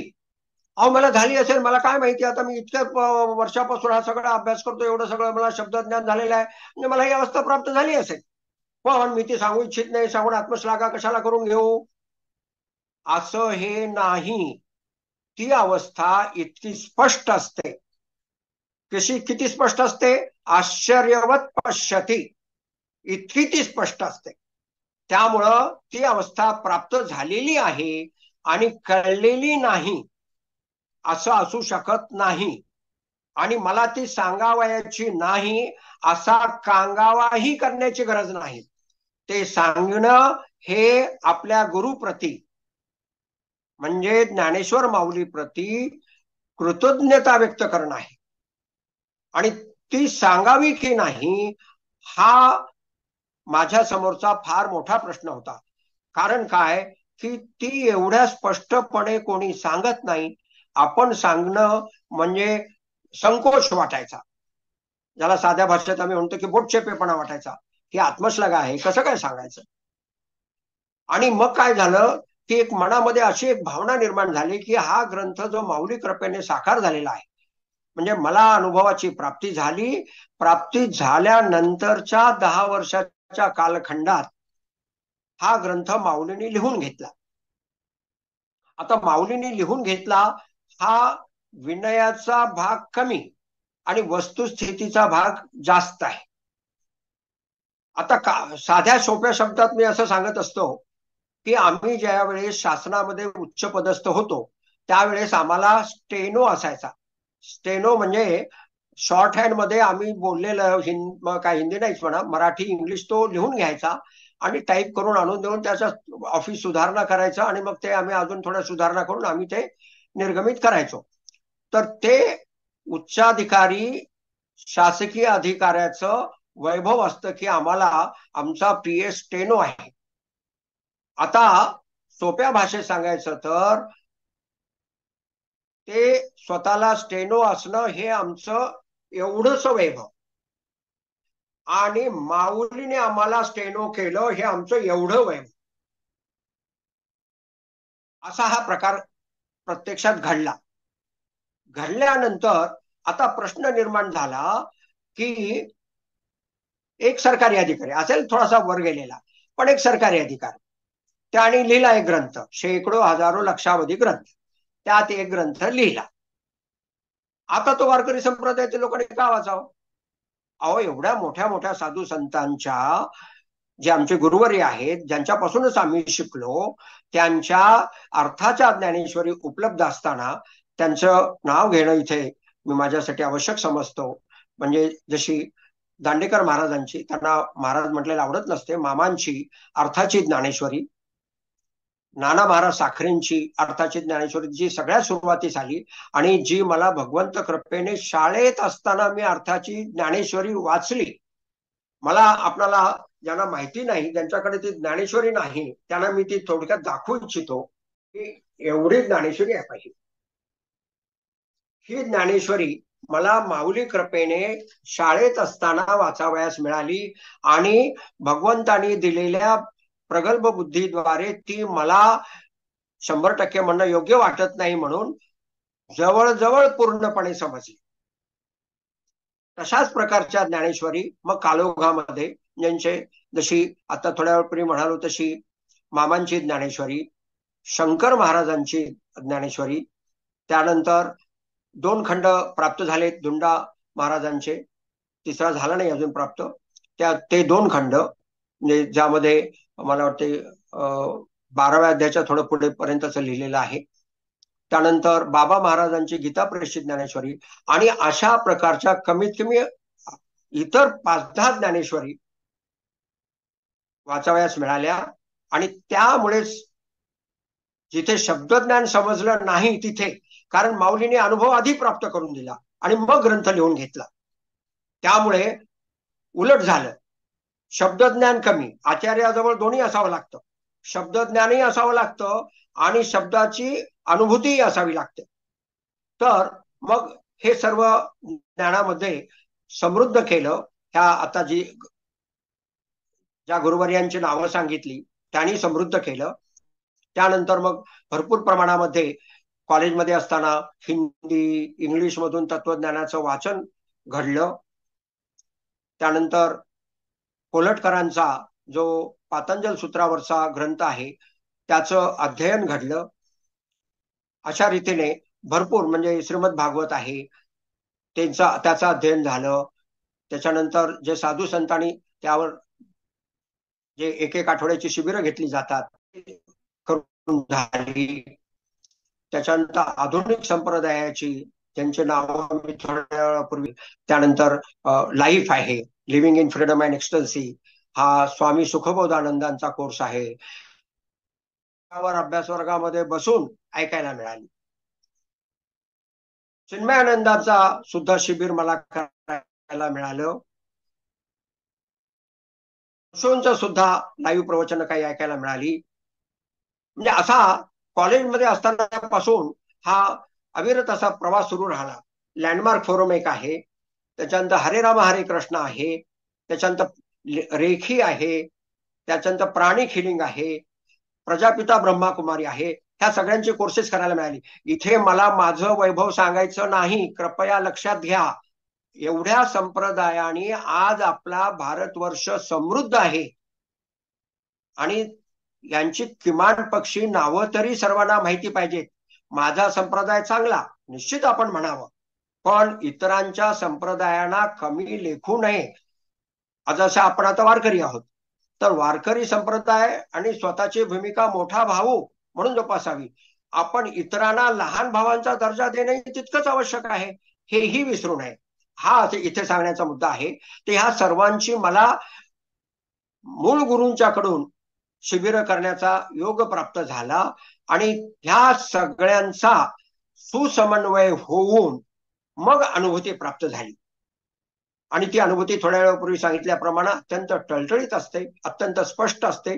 त्याचं विवरण वाचकाशी संवाद मध्ये आलेलं आहे, त्यामुळे त्याची पुनरुक्ती मी करू इच्छित नाही. पण एवढं निश्चित सांगू इच्छितो की अहम ब्रह्मास्मी या महावाक्याची प्रत्यक्ष अप्रोक्ष अनुभूती वयाच्या 44व्या वर्षी प्राप्त झाली.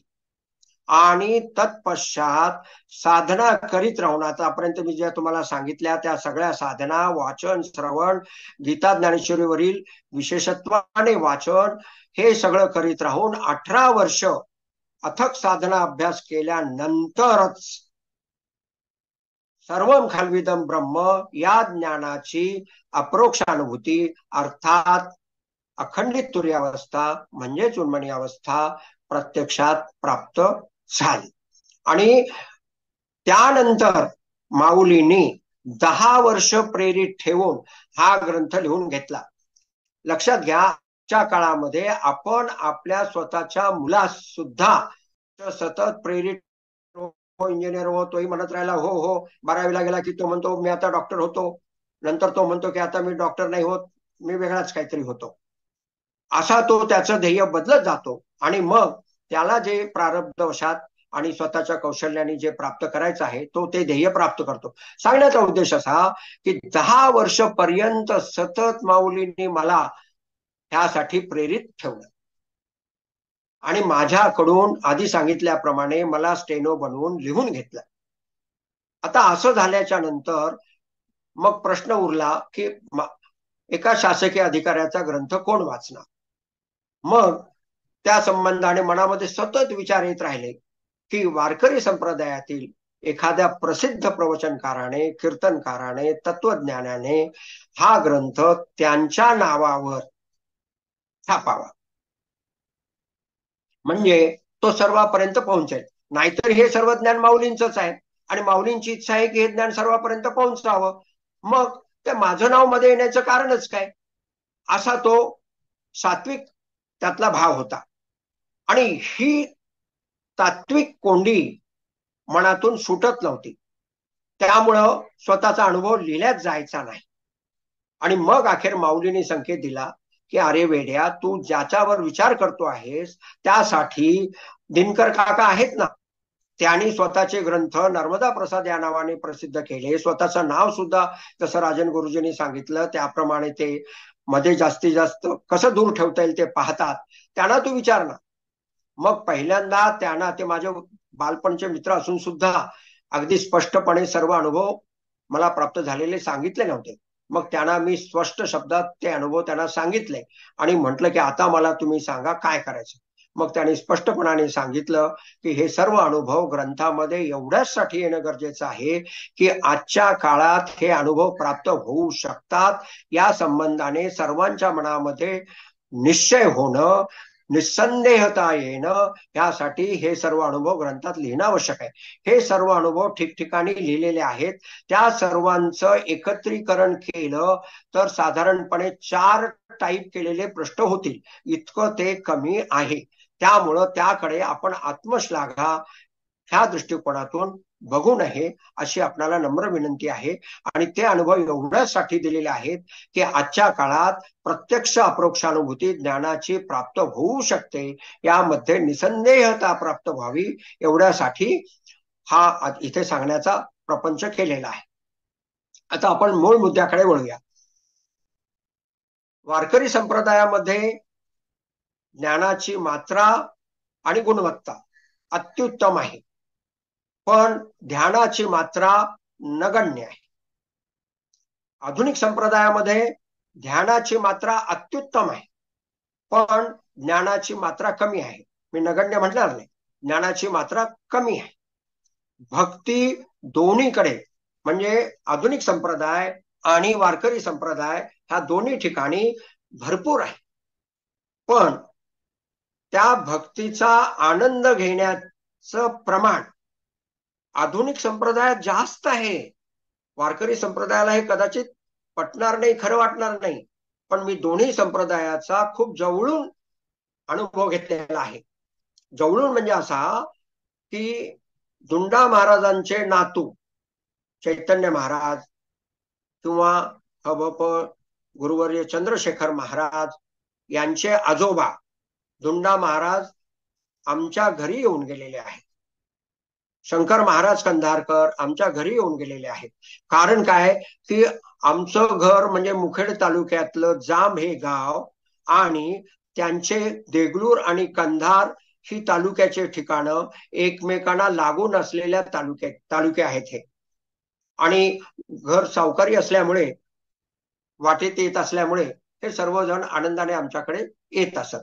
तर अशा प्रकारचा हा सगळा एक अभूतपूर्व समन्वय माऊलींनी माझ्यामध्ये प्रारब्धवशात घडवून आणला आहे. काय की ज्ञान जर भक्तीशिवाय असेल, आध्यात्मिक ज्ञान जर भक्तीशिवाय असेल तर ते वृक्ष होतं, हे वारंवार वारकरी संप्रदायात सांगितलं जातं. पण ते ध्यान द्वारे अनुभवास येतं. ध्यान हे ज्ञानास पूरक आहे. माऊलींनी ज्ञान अशा प्रकारे सांगितलेलं आहे की ध्यान सिद्धीस जाईल, आणि ध्यान ज्ञानाच्या अंगाने सांगितलेलं आहे. थोडक्यात ज्ञान आणि ध्यान हे भक्तीच्या सहाय्याने करायचे आहे असं माऊलींनी पदोपदी ज्ञानेश्वरीत सांगितलेलं आहे.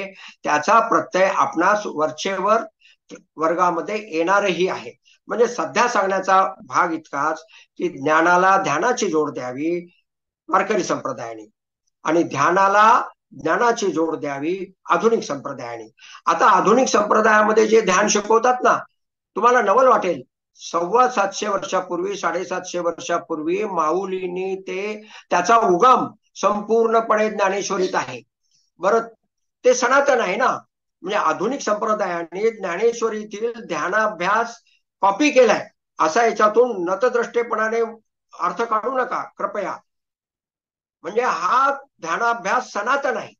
आपल्या ग्रंथामध्ये आपण श्रीमद भागवतातली प्रमाणं, एकनाथी भागवतातली प्रमाणं, तुकाराम महाराजांची प्रमाणं, ध्यानासंबंधाने असलेली प्रमाणं, इतर संबंधाने असलेली प्रमाणं तर दिलीच आहे. म्हणजे ज्ञान आणि भक्ती संबंधामध्ये जो आपला वारकरी संप्रदाय विशेष आहे ते सर्व वैशिष्ट्याने हा ग्रंथ माऊलींनी नटविलेला तर आहेच आहे, पण इतर संप्रदायात असलेलं ध्यानाचं ज्ञान जे श्रीमद भागवतात आणि प्रस्थानत्रयीमध्ये कसं उपलब्ध आहे त्याची सांगड सुद्धा प्रस्तुत ग्रंथात सांगून ज्ञान आणि ध्यानाचा समन्वय अत्यंत सोपा केलेला आहे.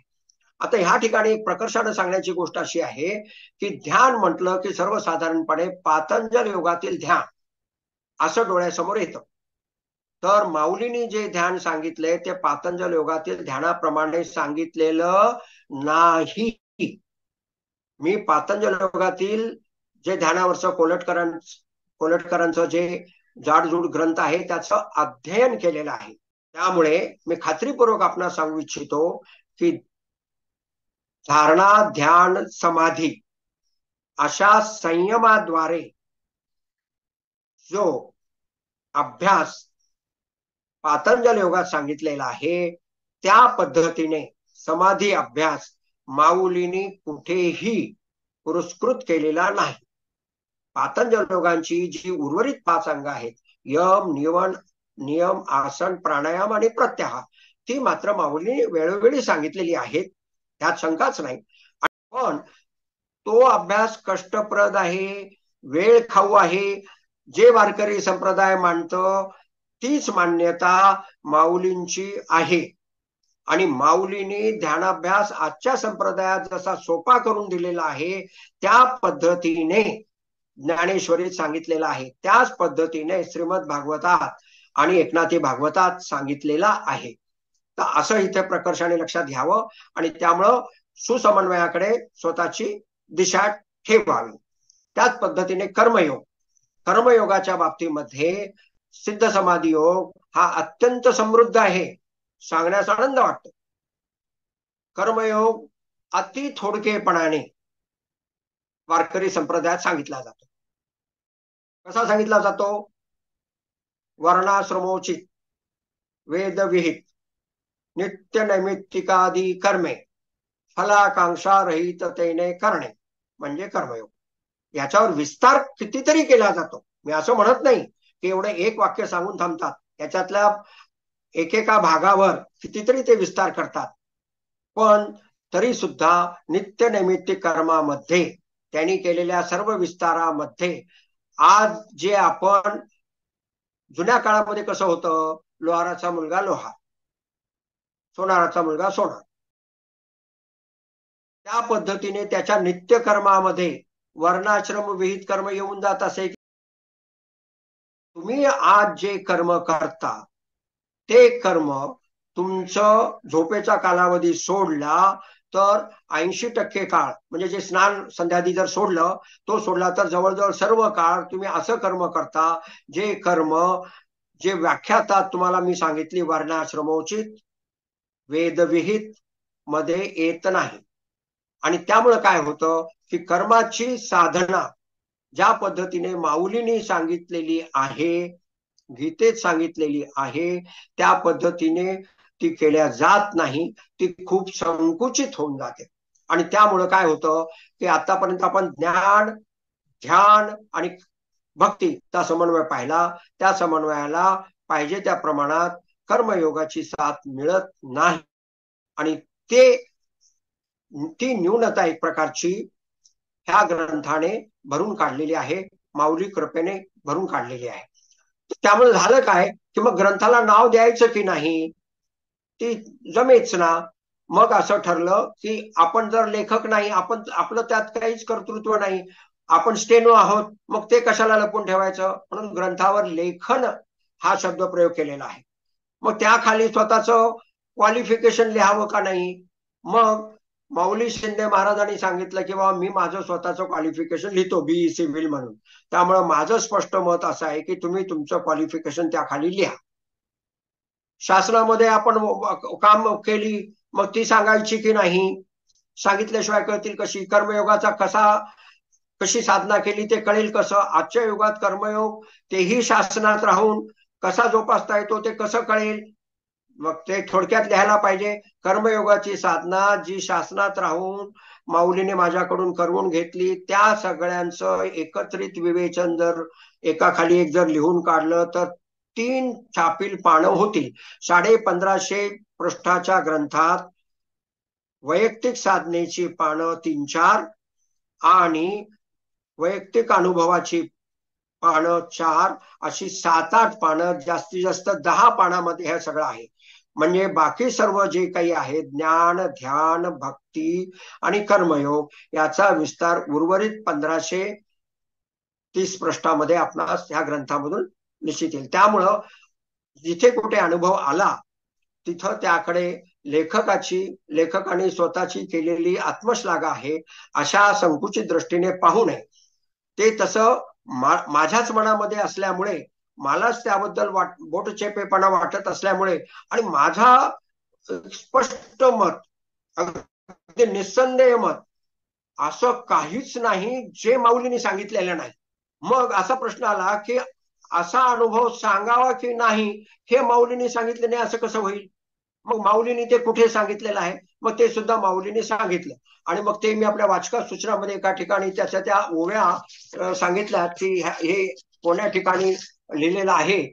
आणि अध्याय 10 ओवी 125 ते 128 मध्ये माऊलीने हे सांगितलेलं आहे की ज्या वेळेस तुम्हाला सुस्पष्ट अनुभूती येते त्यावेळेला ती अनुभूती एकमेकांशी सांगून एकमेकांच्या ज्ञानामध्ये वृद्धी करायचं हे सुद्धा कर्तव्य आहे.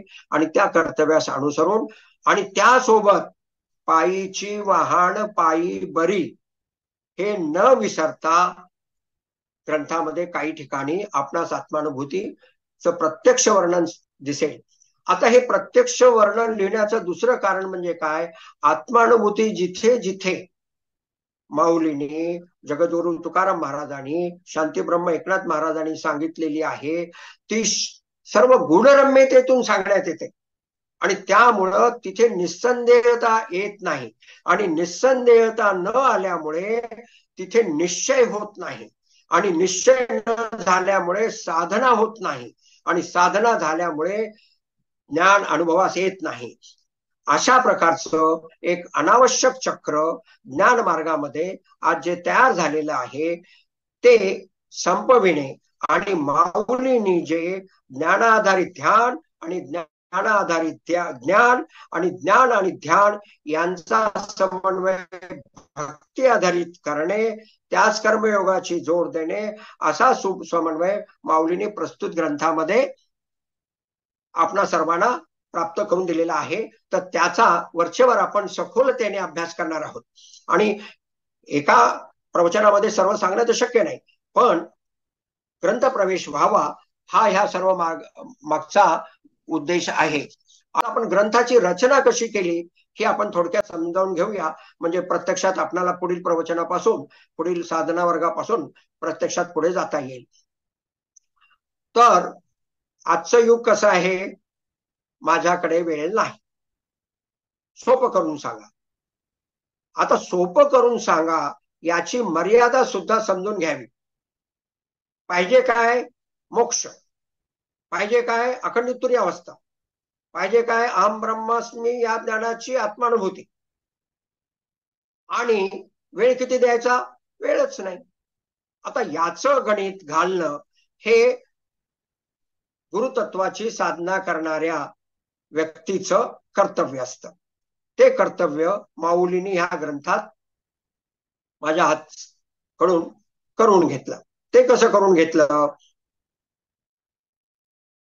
प्रत्येक अध्यायातील प्रत्येक ओवीचा अर्थ लिहून काढला, त्याच क्रमाने लिहून काढला. तर पुन्हा विविध मार्गांचा सुसमन्वय आज जो केला जात नाही त्यातून बाहेर पडता येणार नाही.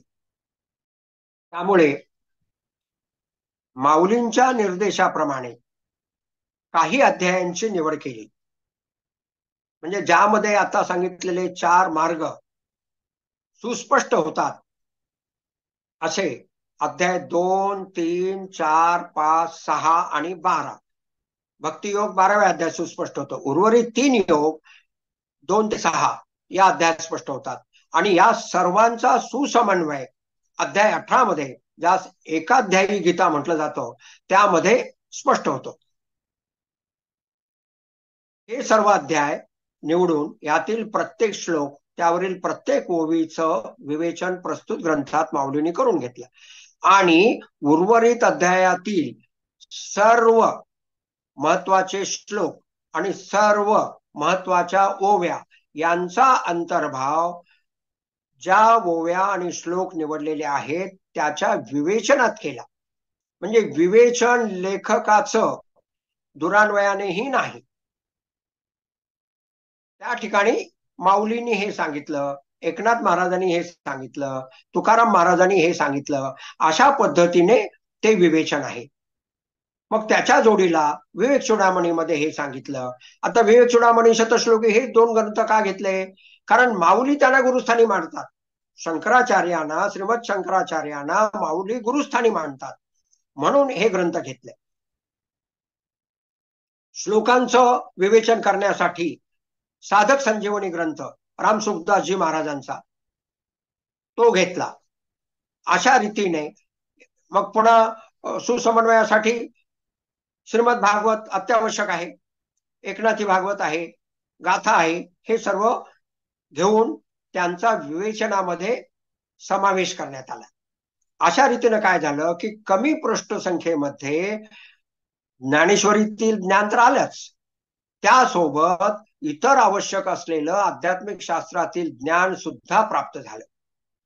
आता हे ज्ञान प्राप्त झाल्यानंतर आपण काही वेळापूर्वी आपण पाहिलं की ज्ञानाचा बंध कसा असतो, मला अजून समजलं तर ज्ञानाची अनुभूती येईल, मग मी अजून वाचतो, मग मी अजून श्रवण करतो, मग मी कीर्तनाला अजून जातो, युट्यूबवर अजून ऐकतो.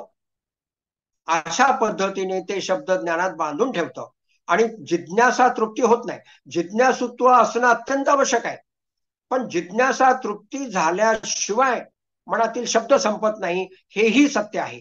आणि त्यामुळं ज्या वेळेस ग्रंथामध्ये विवेक चूडामणी, अमृतानुभव, हरिपाठ, चांगदेव पासष्टी, माऊलींचे काही अभंग यांचा समावेश केल्यानंतर सुद्धा असं लक्षात येत होतं की माऊलींच्या अजून काही ओव्या, एकनाथ महाराजांच्या काही ओव्या, तुकाराम महाराजांच्या अभंगातील काही निवडक भाग कळतो आहे की अत्यंत आवश्यक आहे, पण आता त्याला ग्रंथाच्या विवेचनात टाकणं शक्य होत नाही. मग माऊलींनी प्रेरणा दिली की आता त्यांची परिशिष्ट तयार करा. मग विवेक चूडामणीचं परिशिष्ट तयार केलं. जे श्लोक गीतेच्या विवेचनात आले नाहीत विवेक चूडामणी मधले पण महत्वाचे आहेत, पण सर्व नाही. विवेक चूडामणीतील समजा अर्धे श्लोक नाही ते इंटरनेटवरून पाहावे किंवा एखादी छोटीशी पुस्तकं मिळून घेऊन पाहावी, कारण नाहीतरी एवढा वेळ वाचण्यासाठी नाही. हे मूळ तत्व कमीत कमी वाचनामध्ये जास्तीत जास्त वाचन म्हणजे आध्यात्मिक शब्द ज्ञान प्राप्त करून देणं, हे ह्या ग्रंथाचं जे वैशिष्ट्य आहे ते अशा प्रकारे सिद्धिसलेलं. मग त्यामुळे विवेक चूडामणीचं परिशिष्ट तयार झालं. आता शतश्लोकी मधला सर्वात महत्वाचा श्लोक काय आहे, आधी अहम ब्रह्मास्मी या ज्ञानाची अप्रोक्षानुभूती प्राप्त होते आणि तत्पश्चात सर्वम खल्विदम ब्रह्म या ज्ञानाची अप्रोक्षानुभूती प्राप्त होते. मला स्वतःला एवढ्या प्रमाणात अभ्यास करून सुद्धा पहिली अनुभूती आल्यानंतर दुसरी अनुभूती येण्यासाठी 18 वर्ष लागले. आता गंमत अशी आहे की पहिली अनुभूती येण्यासाठीच्या ज्या साधना गीता ज्ञानेश्वरीत आहेत त्याच साधना पुढची अनुभूती येण्यासाठीच्या आहेत. म्हणजे 8वी पर्यंतचं ज्ञान वेगळं आणि 12वी पर्यंतचं ज्ञान वेगळं असं ते नाही. मग त्याच पद्धतीने अष्टावक्र गीता, आता श्रीमद भागवतातले 450 श्लोकांचा अर्थ प्रस्तुत ग्रंथात आहे. त्यापैकी जवळजवळ 300 श्लोकांचा अर्थ नारद भक्ती सूत्र या परिशिष्टात आहे. आता ज्ञानेश्वरी मधले जे भक्तिप्रधान ओव्या, माऊलींच्या अभंगातील भक्तिप्रधान भाग जो मला खूप आवडायचा, ते माऊलींनी सांगितलं की नारद भक्ती सूत्रामध्ये टाकावं. आता हे माऊलींनी सांगितलं म्हटलं की विनय वाटतो. आता मी चालीपार काका आमचे त्यांच्याकडं चातुर्मासात 15 दिवसासाठी जात असे. एका चातुर्मासात त्यांनी मला सांगितलं की दुंडा महाराजांचा हा ग्रंथ तुम्ही अभ्यासा, भक्तिसूत्राचा. त्यानंतर त्यांनी सांगितलं की भक्ती रसायन वाचा. झालं, लगेच लक्षात आलं की हे माऊलींनी प्राप्त करून दिली. आणि मग त्या परिशिष्टामध्ये जे जे भागवतात आहे, स्वतः भागवतकार म्हणतात जे गीतेत सांगावयाचं राहून गेलं ते मी भागवतात सांगितलं. आणि मग काय झालं की श्रीमद भागवतातली पंचाध्यायी रास, ज्यावर नास्तिक लोक नको ते आक्षेप घेतात, ते आक्षेप काढून टाकून ते कसं काम प्रेरणा कमी करणारा आहे, हा अनुभव त्या पंचाध्यायी निवडक श्लोकांच्या अर्थाद्वारे नारद भक्ती सूत्रात समाविष्ट झाला. अशा रीतीने नारद भक्ती सूत्र आणि 18 अध्यायातले जे 7 अध्याय निवडले, ह्या अध्यायामध्ये मिळून 450 भागवतातील श्लोकांचा अर्थ आपणास अत्यंत सोपेपणाने प्राप्त होत आहे. त्याच पद्धतीने हरिपाठ, हरिपाठावरची भाष्य जे विशेषतः शंकर महाराजांचं भाष्य आहे, म्हणजे हरिपाठ हा फक्त सगुण सांगणारा नसून निर्गुणोपासक सुद्धा तो कसा आहे हे त्यांनी फक्त पहिल्या 3 अभंगावर बऱ्यापैकी जाडीच्या पुस्तकाद्वारे, ग्रंथ एवढ्यासाठी म्हणत नाही की तो पसरट आकाराचा नाही म्हणून, तर त्या ग्रंथाद्वारे त्यांनी सांगितलं. आणि त्याच पद्धतीने माऊलींनी सर्व अभंगाचा अर्थाचा विस्तार प्रस्तुत ग्रंथामध्ये शेवटच्या परिशिष्टामध्ये सांगता म्हणून करून घेतला. म्हणजे अशा रीतीने काय झालं की ज्ञानेश्वरी, हरिपाठ, अमृतानुभव, चांगदेव 65, माऊलींचे 1000 अभंग आहेत जे 3000 ओळीच्या बरोबर येतील, म्हणजे शाब्दिक तुलना करायची झाली तर त्यातील निवडक अभंगचा निवडक भाग हा सर्व प्रस्तुत ग्रंथात समाविष्ट झाला. आणि त्यामुळं ह्या ग्रंथाला माऊलींचं समग्र साहित्याची, ह्या ग्रंथ म्हणजे माऊलींची समग्र साहित्याची वाङ्मयीन मूर्ती आहे. तर अशा पद्धतीने कमी वाचनामध्ये जास्तीत जास्त वाचल्याचा आनंद मिळावा आणि मला अजून काहीतरी वाचल्याने ज्ञानाची अनुभूती प्राप्त झाली असती, ही जिज्ञासा संपवावी. जिज्ञासू वृत्ती नाही, शब्द ज्ञानाची जिज्ञासा संपविणे हे सुद्धा प्रस्तुत ग्रंथाचं प्रयोजन आहे. तर अशा रीतीने प्रस्तुत ग्रंथात 13 परिशिष्ट प्राप्त झालेली आहेत. तर त्याचा आपण पूर्ण ग्रंथ संपल्यानंतर त्याचा आपणास वाचन करायचं आहे. तर अशा रीतीने हा ग्रंथाचा जो कमी, आता इथं काही स्टॅटिस्टिक्स दिलेला आहे. जसं उर्वरित 11 अध्याय, 7 अध्याय आपण घेतले. उर्वरित 11 अध्यायामध्ये 369 श्लोक आणि 5425 ओव्या आहेत, म्हणजे 9000 ओव्यापैकी यापैकी सर्व महत्वाचे श्लोक व ओव्यांचा म्हणजे 199 श्लोक व 1176 ओव्यांचा अर्थ प्रस्तुत ग्रंथात समाविष्ट झालेला आहे. म्हणजे आता हा कुठे समाविष्ट झाला हे परिशिष्ट 4 मध्ये प्रत्येक अध्यायानुसार, म्हणजे जे अध्याय प्रस्तुत ग्रंथात समाविष्ट झाले नाही, आता अध्याय 9 खूप महत्वाचा, आत्मा अनात्म विवेक, अध्याय 13 खूप महत्वाचा, अध्याय 15 ज्ञानाच्या दृष्टीने खूप महत्वाचा, यातल्या कुठल्या श्लोक, कुठली ओवी प्रस्तुत ग्रंथात कोठे समाविष्ट झालेली आहे याची कोष्टकं परिशिष्ट 4 मध्ये दिलेली आहेत. आणि ते एकदा तुम्ही चाळलीत की तुमच्या लक्षात येईल की संपूर्ण ज्ञानेश्वरीतील ज्ञान लेखक मध्ये न येता आपणास उपलब्ध झालेला आहे. लेखक मध्ये न येता हा शब्द प्रयोग विनय नाही, ही साधना आहे. कशी साधना आहे? तुम्हाला जर गीतेतील ज्ञानाची प्रत्यक्ष अनुभूती प्राप्त करावयाची असेल तर तुम्हाला ते ज्ञान अर्जुनाच्या पंक्तीला बसून भगवंताचं सानिध्य अनुभवत ग्रहण करावं लागेल, तरच ते अनुभूतीस येतं. आणि ते ज्ञान म्हणजे त्यावरील विवेचन आतापर्यंत सांगितल्याप्रमाणे विविध इतर प्रकरण ग्रंथाचा त्यामध्ये संदर्भ देऊन केलेलं विवेचन, हे विवेचन करताना लेखक त्याची बुद्धी, त्याचं बुद्धी कौशल्य जर का आडवं आलं तर वाचक भगवंतांचं सानिध्य अनुभवू शकणार नाही किंवा भगवंतांचं सानिध्य अनुभवण्यात ते अडसर ठरतं. आणि त्यामुळं लेखकाने असं लिहायचं असतं. म्हणजे हे सुद्धा निकष, अध्यापनाचे निकष सुद्धा माऊलींनी सांगितलेले आहेत, ते सुद्धा यथावकाश आपल्याला येतील. ऐकण्याचे निकष सांगितलेले आहेत, ते सुद्धा आपणास यथावकाश लक्षात येतील, कारण ह्या सर्व साधना आहेत. तर त्या पद्धतीने हा ग्रंथ लिहून घेतला की म्हणूनच आम्ही लेखन मांडले. आणि मी स्पष्ट सांगायचं तर स्वतःचा उल्लेख मी माझे या पद्धतीने करणं मला खरंच आवडत नाही, पण ते केल्याशिवाय कळतही नाही. म्हणून लेखक म्हणतात, लेखकाचा हा अनुभव आहे, अशा पद्धतीने ह्यापुढे हे शब्द वापरात येतील याची आपण सर्वांनी लक्षात घ्यावं. तर अशा पद्धतीने ह्या ग्रंथाची रचना अत्यंत वैशिष्ट्यपूर्णतेने झालेली आहे. आता ह्या निमित्ताने पहा, हे मी काही भाग जो वाचका संवाद आहे त्यातला मी वाचून दाखवतो. लेखकास माऊलींनी प्रत्येक साधना शिकविली, करवून घेतली. म्हणजे आधी अनुभव प्राप्त झाला, नंतर माऊलींनी ग्रंथ लिहिण्याची आज्ञा केली.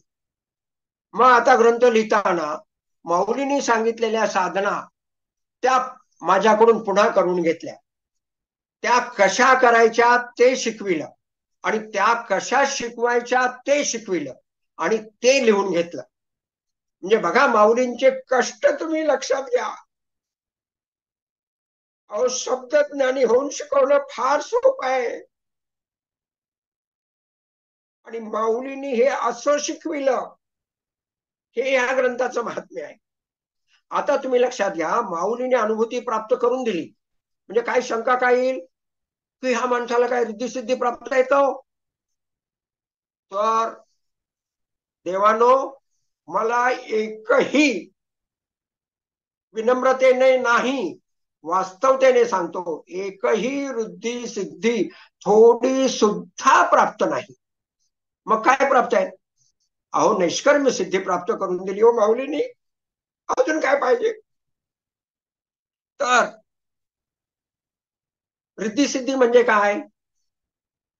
आशीर्वाद देऊन त्यांच्यावर आलेलं संकट दूर करणे, तुमच्या शिष्यांवर किंवा तुमच्याकडे आलेल्या आर्तभक्तावर आशीर्वादाद्वारे त्यांचं ऐहिक संकट दूर करून देणे, किंवा त्यांचं ऐहिक वैभव त्यांना कमी कष्टात प्राप्त करून देणे, त्यांची ऐहिक प्रगती कमी कष्टात प्राप्त करून देणे. अशा प्रकारची कुठलीही वैयक्तिक स्तोम माजविणारी रिद्धी सिद्धी प्राप्त नाही, हे प्रकर्षाने लक्षात घ्यावे. आणि ती प्राप्त होण्याची शक्यताही आता उरलेली नाही, हेही लक्षात घ्यावे. कारण एकदा कर्माची निर्लिप्तता प्राप्त झाली की ह्या सर्व सिद्धींचं प्रयोजनच संपतं. ते कसं संपतं, का संपतं, हा ग्रंथाचा विशेष विस्तार आहे, माऊलीने केलेला विस्तार आहे, तो यथोचित वेळी आपण पाहणार आहोत. तर आता थोडक्यामध्ये मी तुम्हाला पातंजल योगातील ध्यान आणि माऊलीने सांगितलेलं ध्यानाभ्यास यातील फरक सांगतो, जो सुद्धा वेळोवेळी ग्रंथामध्ये अत्यंत सुस्पष्ट करून देण्यात आलेला आहे. आणि त्यातलाही उर्वरित भाग जो सुस्पष्ट ग्रंथात होऊ शकत नाही, तो पातंजल योगावरील परिशिष्ठात सुस्पष्ट झालेला आहे. पातंजल योगाचा ध्यानाभ्यास कसा आहे? मनावर नियंत्रण मिळविणारा, हळूहळू मनाला ताब्यात घेणारा, आणि मनाला ताब्यात घेण्याद्वारे मनातील शब्द संपविणारा, आणि त्यासाठी मनाला उत्तरोत्तर सूक्ष्म आलंबन देत राहून त्या आलंबनावरील सिद्धीच गेल्यावर त्याच्याही पेक्षा सूक्ष्म आलंबन द्यायचं, आणि म्हणजे स्वतःला स्वतः रूप हे आलंबन दिलं, मग नंतर एखादा विचार हे आलंबन दिलं, मग एखादी भावना हे आलंबन दिलं. अशा प्रकारे सूक्ष्म आलंबन देत जाऊन मग अखेरीस हे सगळं संप्रज्ञात समाधीचे प्रांत संपवून असंप्रज्ञात समाधीत साधकाला न्यायचं, आणि असंप्रज्ञात समाधी सिद्धीच गेल्यावर मग त्याचं मन जागृतावस्थेत शब्दरहित होतं, म्हणजे उन्मनी अवस्थेत प्राप्त होतं. असा तो कष्टसाध्य पण अत्यंत कष्टप्रद आणि वेळ खाऊ आहे, त्या मानाने माऊलींनी सांगितलेला ध्यानाभ्यास जो आजचे सर्व सद्गुरू म्हणजे आर्ट ऑफ लिव्हिंग SSY यांच्या सर्वांचा जो ध्यानाभ्यास आहे त्याचा उगम कसा ज्ञानेश्वरीमध्ये आहे हे सुस्पष्ट या ग्रंथात केलेलं आहे.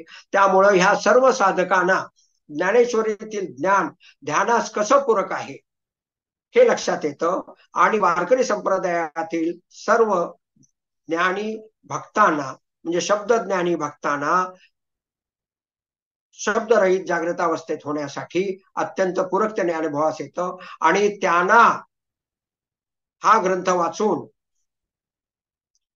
कुठल्याही इतर संप्रदायाचा ध्यानाभ्यास न करता ध्यान लागू शकतं. अर्थात इतपरी लागलं नाही तर त्यांनी आर्ट ऑफ लिव्हिंग, सिद्ध समाधी योग, विपश्यना किंवा तत्सम एखादा कोर्स करणं हे निश्चितच अनुचित नाही. हेही मला स्पष्टपणे सांगावंसं वाटतं. कारण काय, ज्ञान आला ध्यानाची जोड देणं आवश्यक आहे आणि ध्यानाला ज्ञानाची जोड देणं अत्यंत आवश्यक आहे.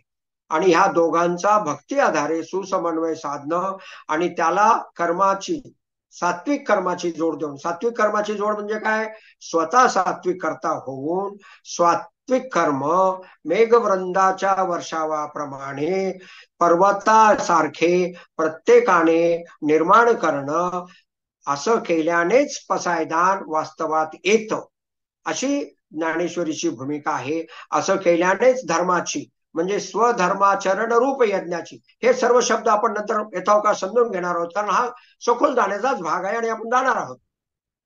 तर हे सर्व असा सुसमन्वय सिद्धीत जातो आणि हा सुसमन्वय सिद्धीत जाण्यासाठी ह्या ग्रंथातील माऊलींनी सांगितलेल्या साधना ज्या दृष्टांताद्वारे सांगितलेल्या आहेत आणि त्यामुळं काय होतं, वारकरी संप्रदायातील व्यक्तींना असं मनापासून वाटतं की हे दृष्टांत समजले म्हणजे पुरेसं आहे. पण दृष्टांत समजून उपयोगाचा नाही तर ती साधना प्रत्यक्षात कशी करावयाची, जे माऊलींनी ह्या ग्रंथात स्पष्ट केले त्याप्रमाणे ती स्पष्ट करायची. किंवा अगदी जोड देऊन सांगायचं झालं तर ज्याला प्रक्रिया म्हणतात, ती प्रक्रिया काय आहे, प्रोसेस काय आहे, ती प्रोसेस समजून घ्यावी लागते. आता वेगळ्या भाषेत सांगायचं झालं तर सिद्ध समाधी योगातल्या प्रोसेसेस आणि माऊलींनी सांगितलेल्या प्रोसेसेस याच्यातला सुसमन्वयही आपणास या ग्रंथामध्ये सापडेल. कारण सनातन धर्म आहे, तो काही एका व्यक्तीने निर्माण केलेला धर्म नाही. आता जसं पहा ज्ञानयोग, आता बरं हे काही एका भाषेचं वैभव नाही. आता इंग्लिश भाषेमध्ये सुद्धा तत्वज्ञान खूप चांगलं आहे. अहो ते एका शब्दात तुम्हाला सांगतो ते किती चांगलं आहे. ज्ञानयोग म्हटलं की शब्द ज्ञान आणि ज्ञानाची अनुभूती ह्या दोघांच्याही योगाला ज्ञानयोग म्हणतात आणि तिथेच गुणरम्यता येऊन जाते. आणि इंग्लिशमध्ये तसं नाही म्हणत, ज्ञान योगाला म्हणतात पाथ ऑफ अवेअरनेस. तिथे ते path of knowledge, path of information म्हणत नाही, पाथ ऑफ अवेअरनेस म्हणतात. तोच तर माऊलींनी सांगितलेला आहे. आणि आता जे आम्ही आपल्याला वारंवार सांगितलं, काय काय सांगितलं तुम्हाला, तर्काची दिठी गोचरनो हे किरीटी शब्द विन संवादीचे इंद्रिया नेणता भोगीजे तैसे पिऊनी अज्ञान तबवरी वाढे ज्ञान जवा पुले निधन निशेष साधे. ह्या सर्व शब्दाद्वारे काय काय सांगितलं, त्याचं साधन काय आहे, अवेअरनेस. आणि तेच तर माऊलींनी पदोपदी सांगितलंय. त्याचं भाषांतर काय आहे, साक्षीभाव. पण तो कसा पाहिजे, प्रखर पाहिजे. आणि त्या प्रखर साक्षी भावाला ज्या वेळेला कर्मयोगाची साथ मिळते त्यावेळेला कर्म करणारी इंद्रिये वेगळी आणि त्याकडे पाहणारा साक्षी वेगळा असा स्पष्टतेने अनुभव येतो. आणि मग कर्मापासूनची निर्लिप्तता, सर्वाच्या इंद्रियापासूनची निर्लिप्तता, विशेषतः मन बुद्धीपासूनची निर्लिप्तता प्राप्त होते. जशी कर्मेंद्रिय ज्ञानेंद्रिय भगवंतांनी दिलेली आहेत तसंच मन बुद्धी चित्त अहंकार हे अंतःकरण सुद्धा भगवंतांनी दिलेलं आहे. आणि अंतःकरण आणि ज्ञानेंद्रिय कर्मेंद्रियाद्वारे म्हणजे मन बुद्धी आणि शरीरेंद्रियाद्वारे जे कर्म केलं जातं ते ईश्वरांचं कर्म आहे. ईश्वराप्रती ईश्वराचं ध्येय सिद्धीस नेणारं, माऊलींचं पसायदान सिद्धीस नेणारं कर्म आहे. अशा पद्धतीने ते जेव्हा केलं जातं तेव्हा कर्मयोग सिद्धीस जातो. अशा रीतीने सर्व मार्गांचा विषय प्रवेश आज आपण इथे केला. उर्वरित विषय प्रवेश आपण पुढील रविवारी सकाळी 5 वाजता करू आणि त्याच्या पुढील आपण मग आपलं सुरू राहील. तर आता आपल्याला पुढील आठवड्यासाठी नेमकं काय विशेषत्वाने वाचायचं आहे त्या थोडक्यात सांगतो. अध्याय 2 श्लोक 25 त्यावर 3 ओव्या आहेत. 148, 149, 50 आणि 51 अशा 4 ओव्या आहेत. या 4 ओव्यावरील असे एकंदर 25 प्रश्नांचं वाचन 2 वेळेस करायचं आहे. तिथे सांगितलेले संदर्भ सुद्धा पाहावेत अशी भूमिका आहे. आणि ते 25 प्रश्नाचं 2 वेळेचं वाचन ध्यानाभ्यासासहित मी जरी आता सांगितलेलं नसलं तरी वाचक सूचनामध्ये जे 3 परिच्छेद ध्यानाभ्यासा संदर्भात दिलेले आहेत त्यांचं पालन करीत राहून ते 25 प्रश्नाचं वाचन आपण 2 वेळेस करायचं आहे. हा आपला ग्रहपाठ असेल आणि त्या पद्धतीने आपण पुढे आपण जाणार आहोत. तर मी ह्या ठिकाणी दिनकर काकांना गजराद्वारे आजच्या अभ्यास वर्गाची सांगता करावं असं नम्रपणे सुचवितो. पुंडलिक वरदा हरि विठ्ठल श्री ज्ञानदेव तुकाराम सद्गुरु श्री ज्ञानेश्वर महाराज की जय. जगद्गुरु तुकाराम महाराज की जय. पंढरीनाथ भगवान की जय. विठ्ठल विठ्ठल विठ्ठल विठ्ठल विठ्ठल विठ्ठल विठ्ठल विठ्ठल. पुंडलिक वरदा हरि विठ्ठल श्री ज्ञानदेव तुकाराम सद्गुरु श्री ज्ञानेश्वर महाराज की जय. जगद्गुरु तुकाराम महाराज की जय. पंढरीनाथ भगवान की जय.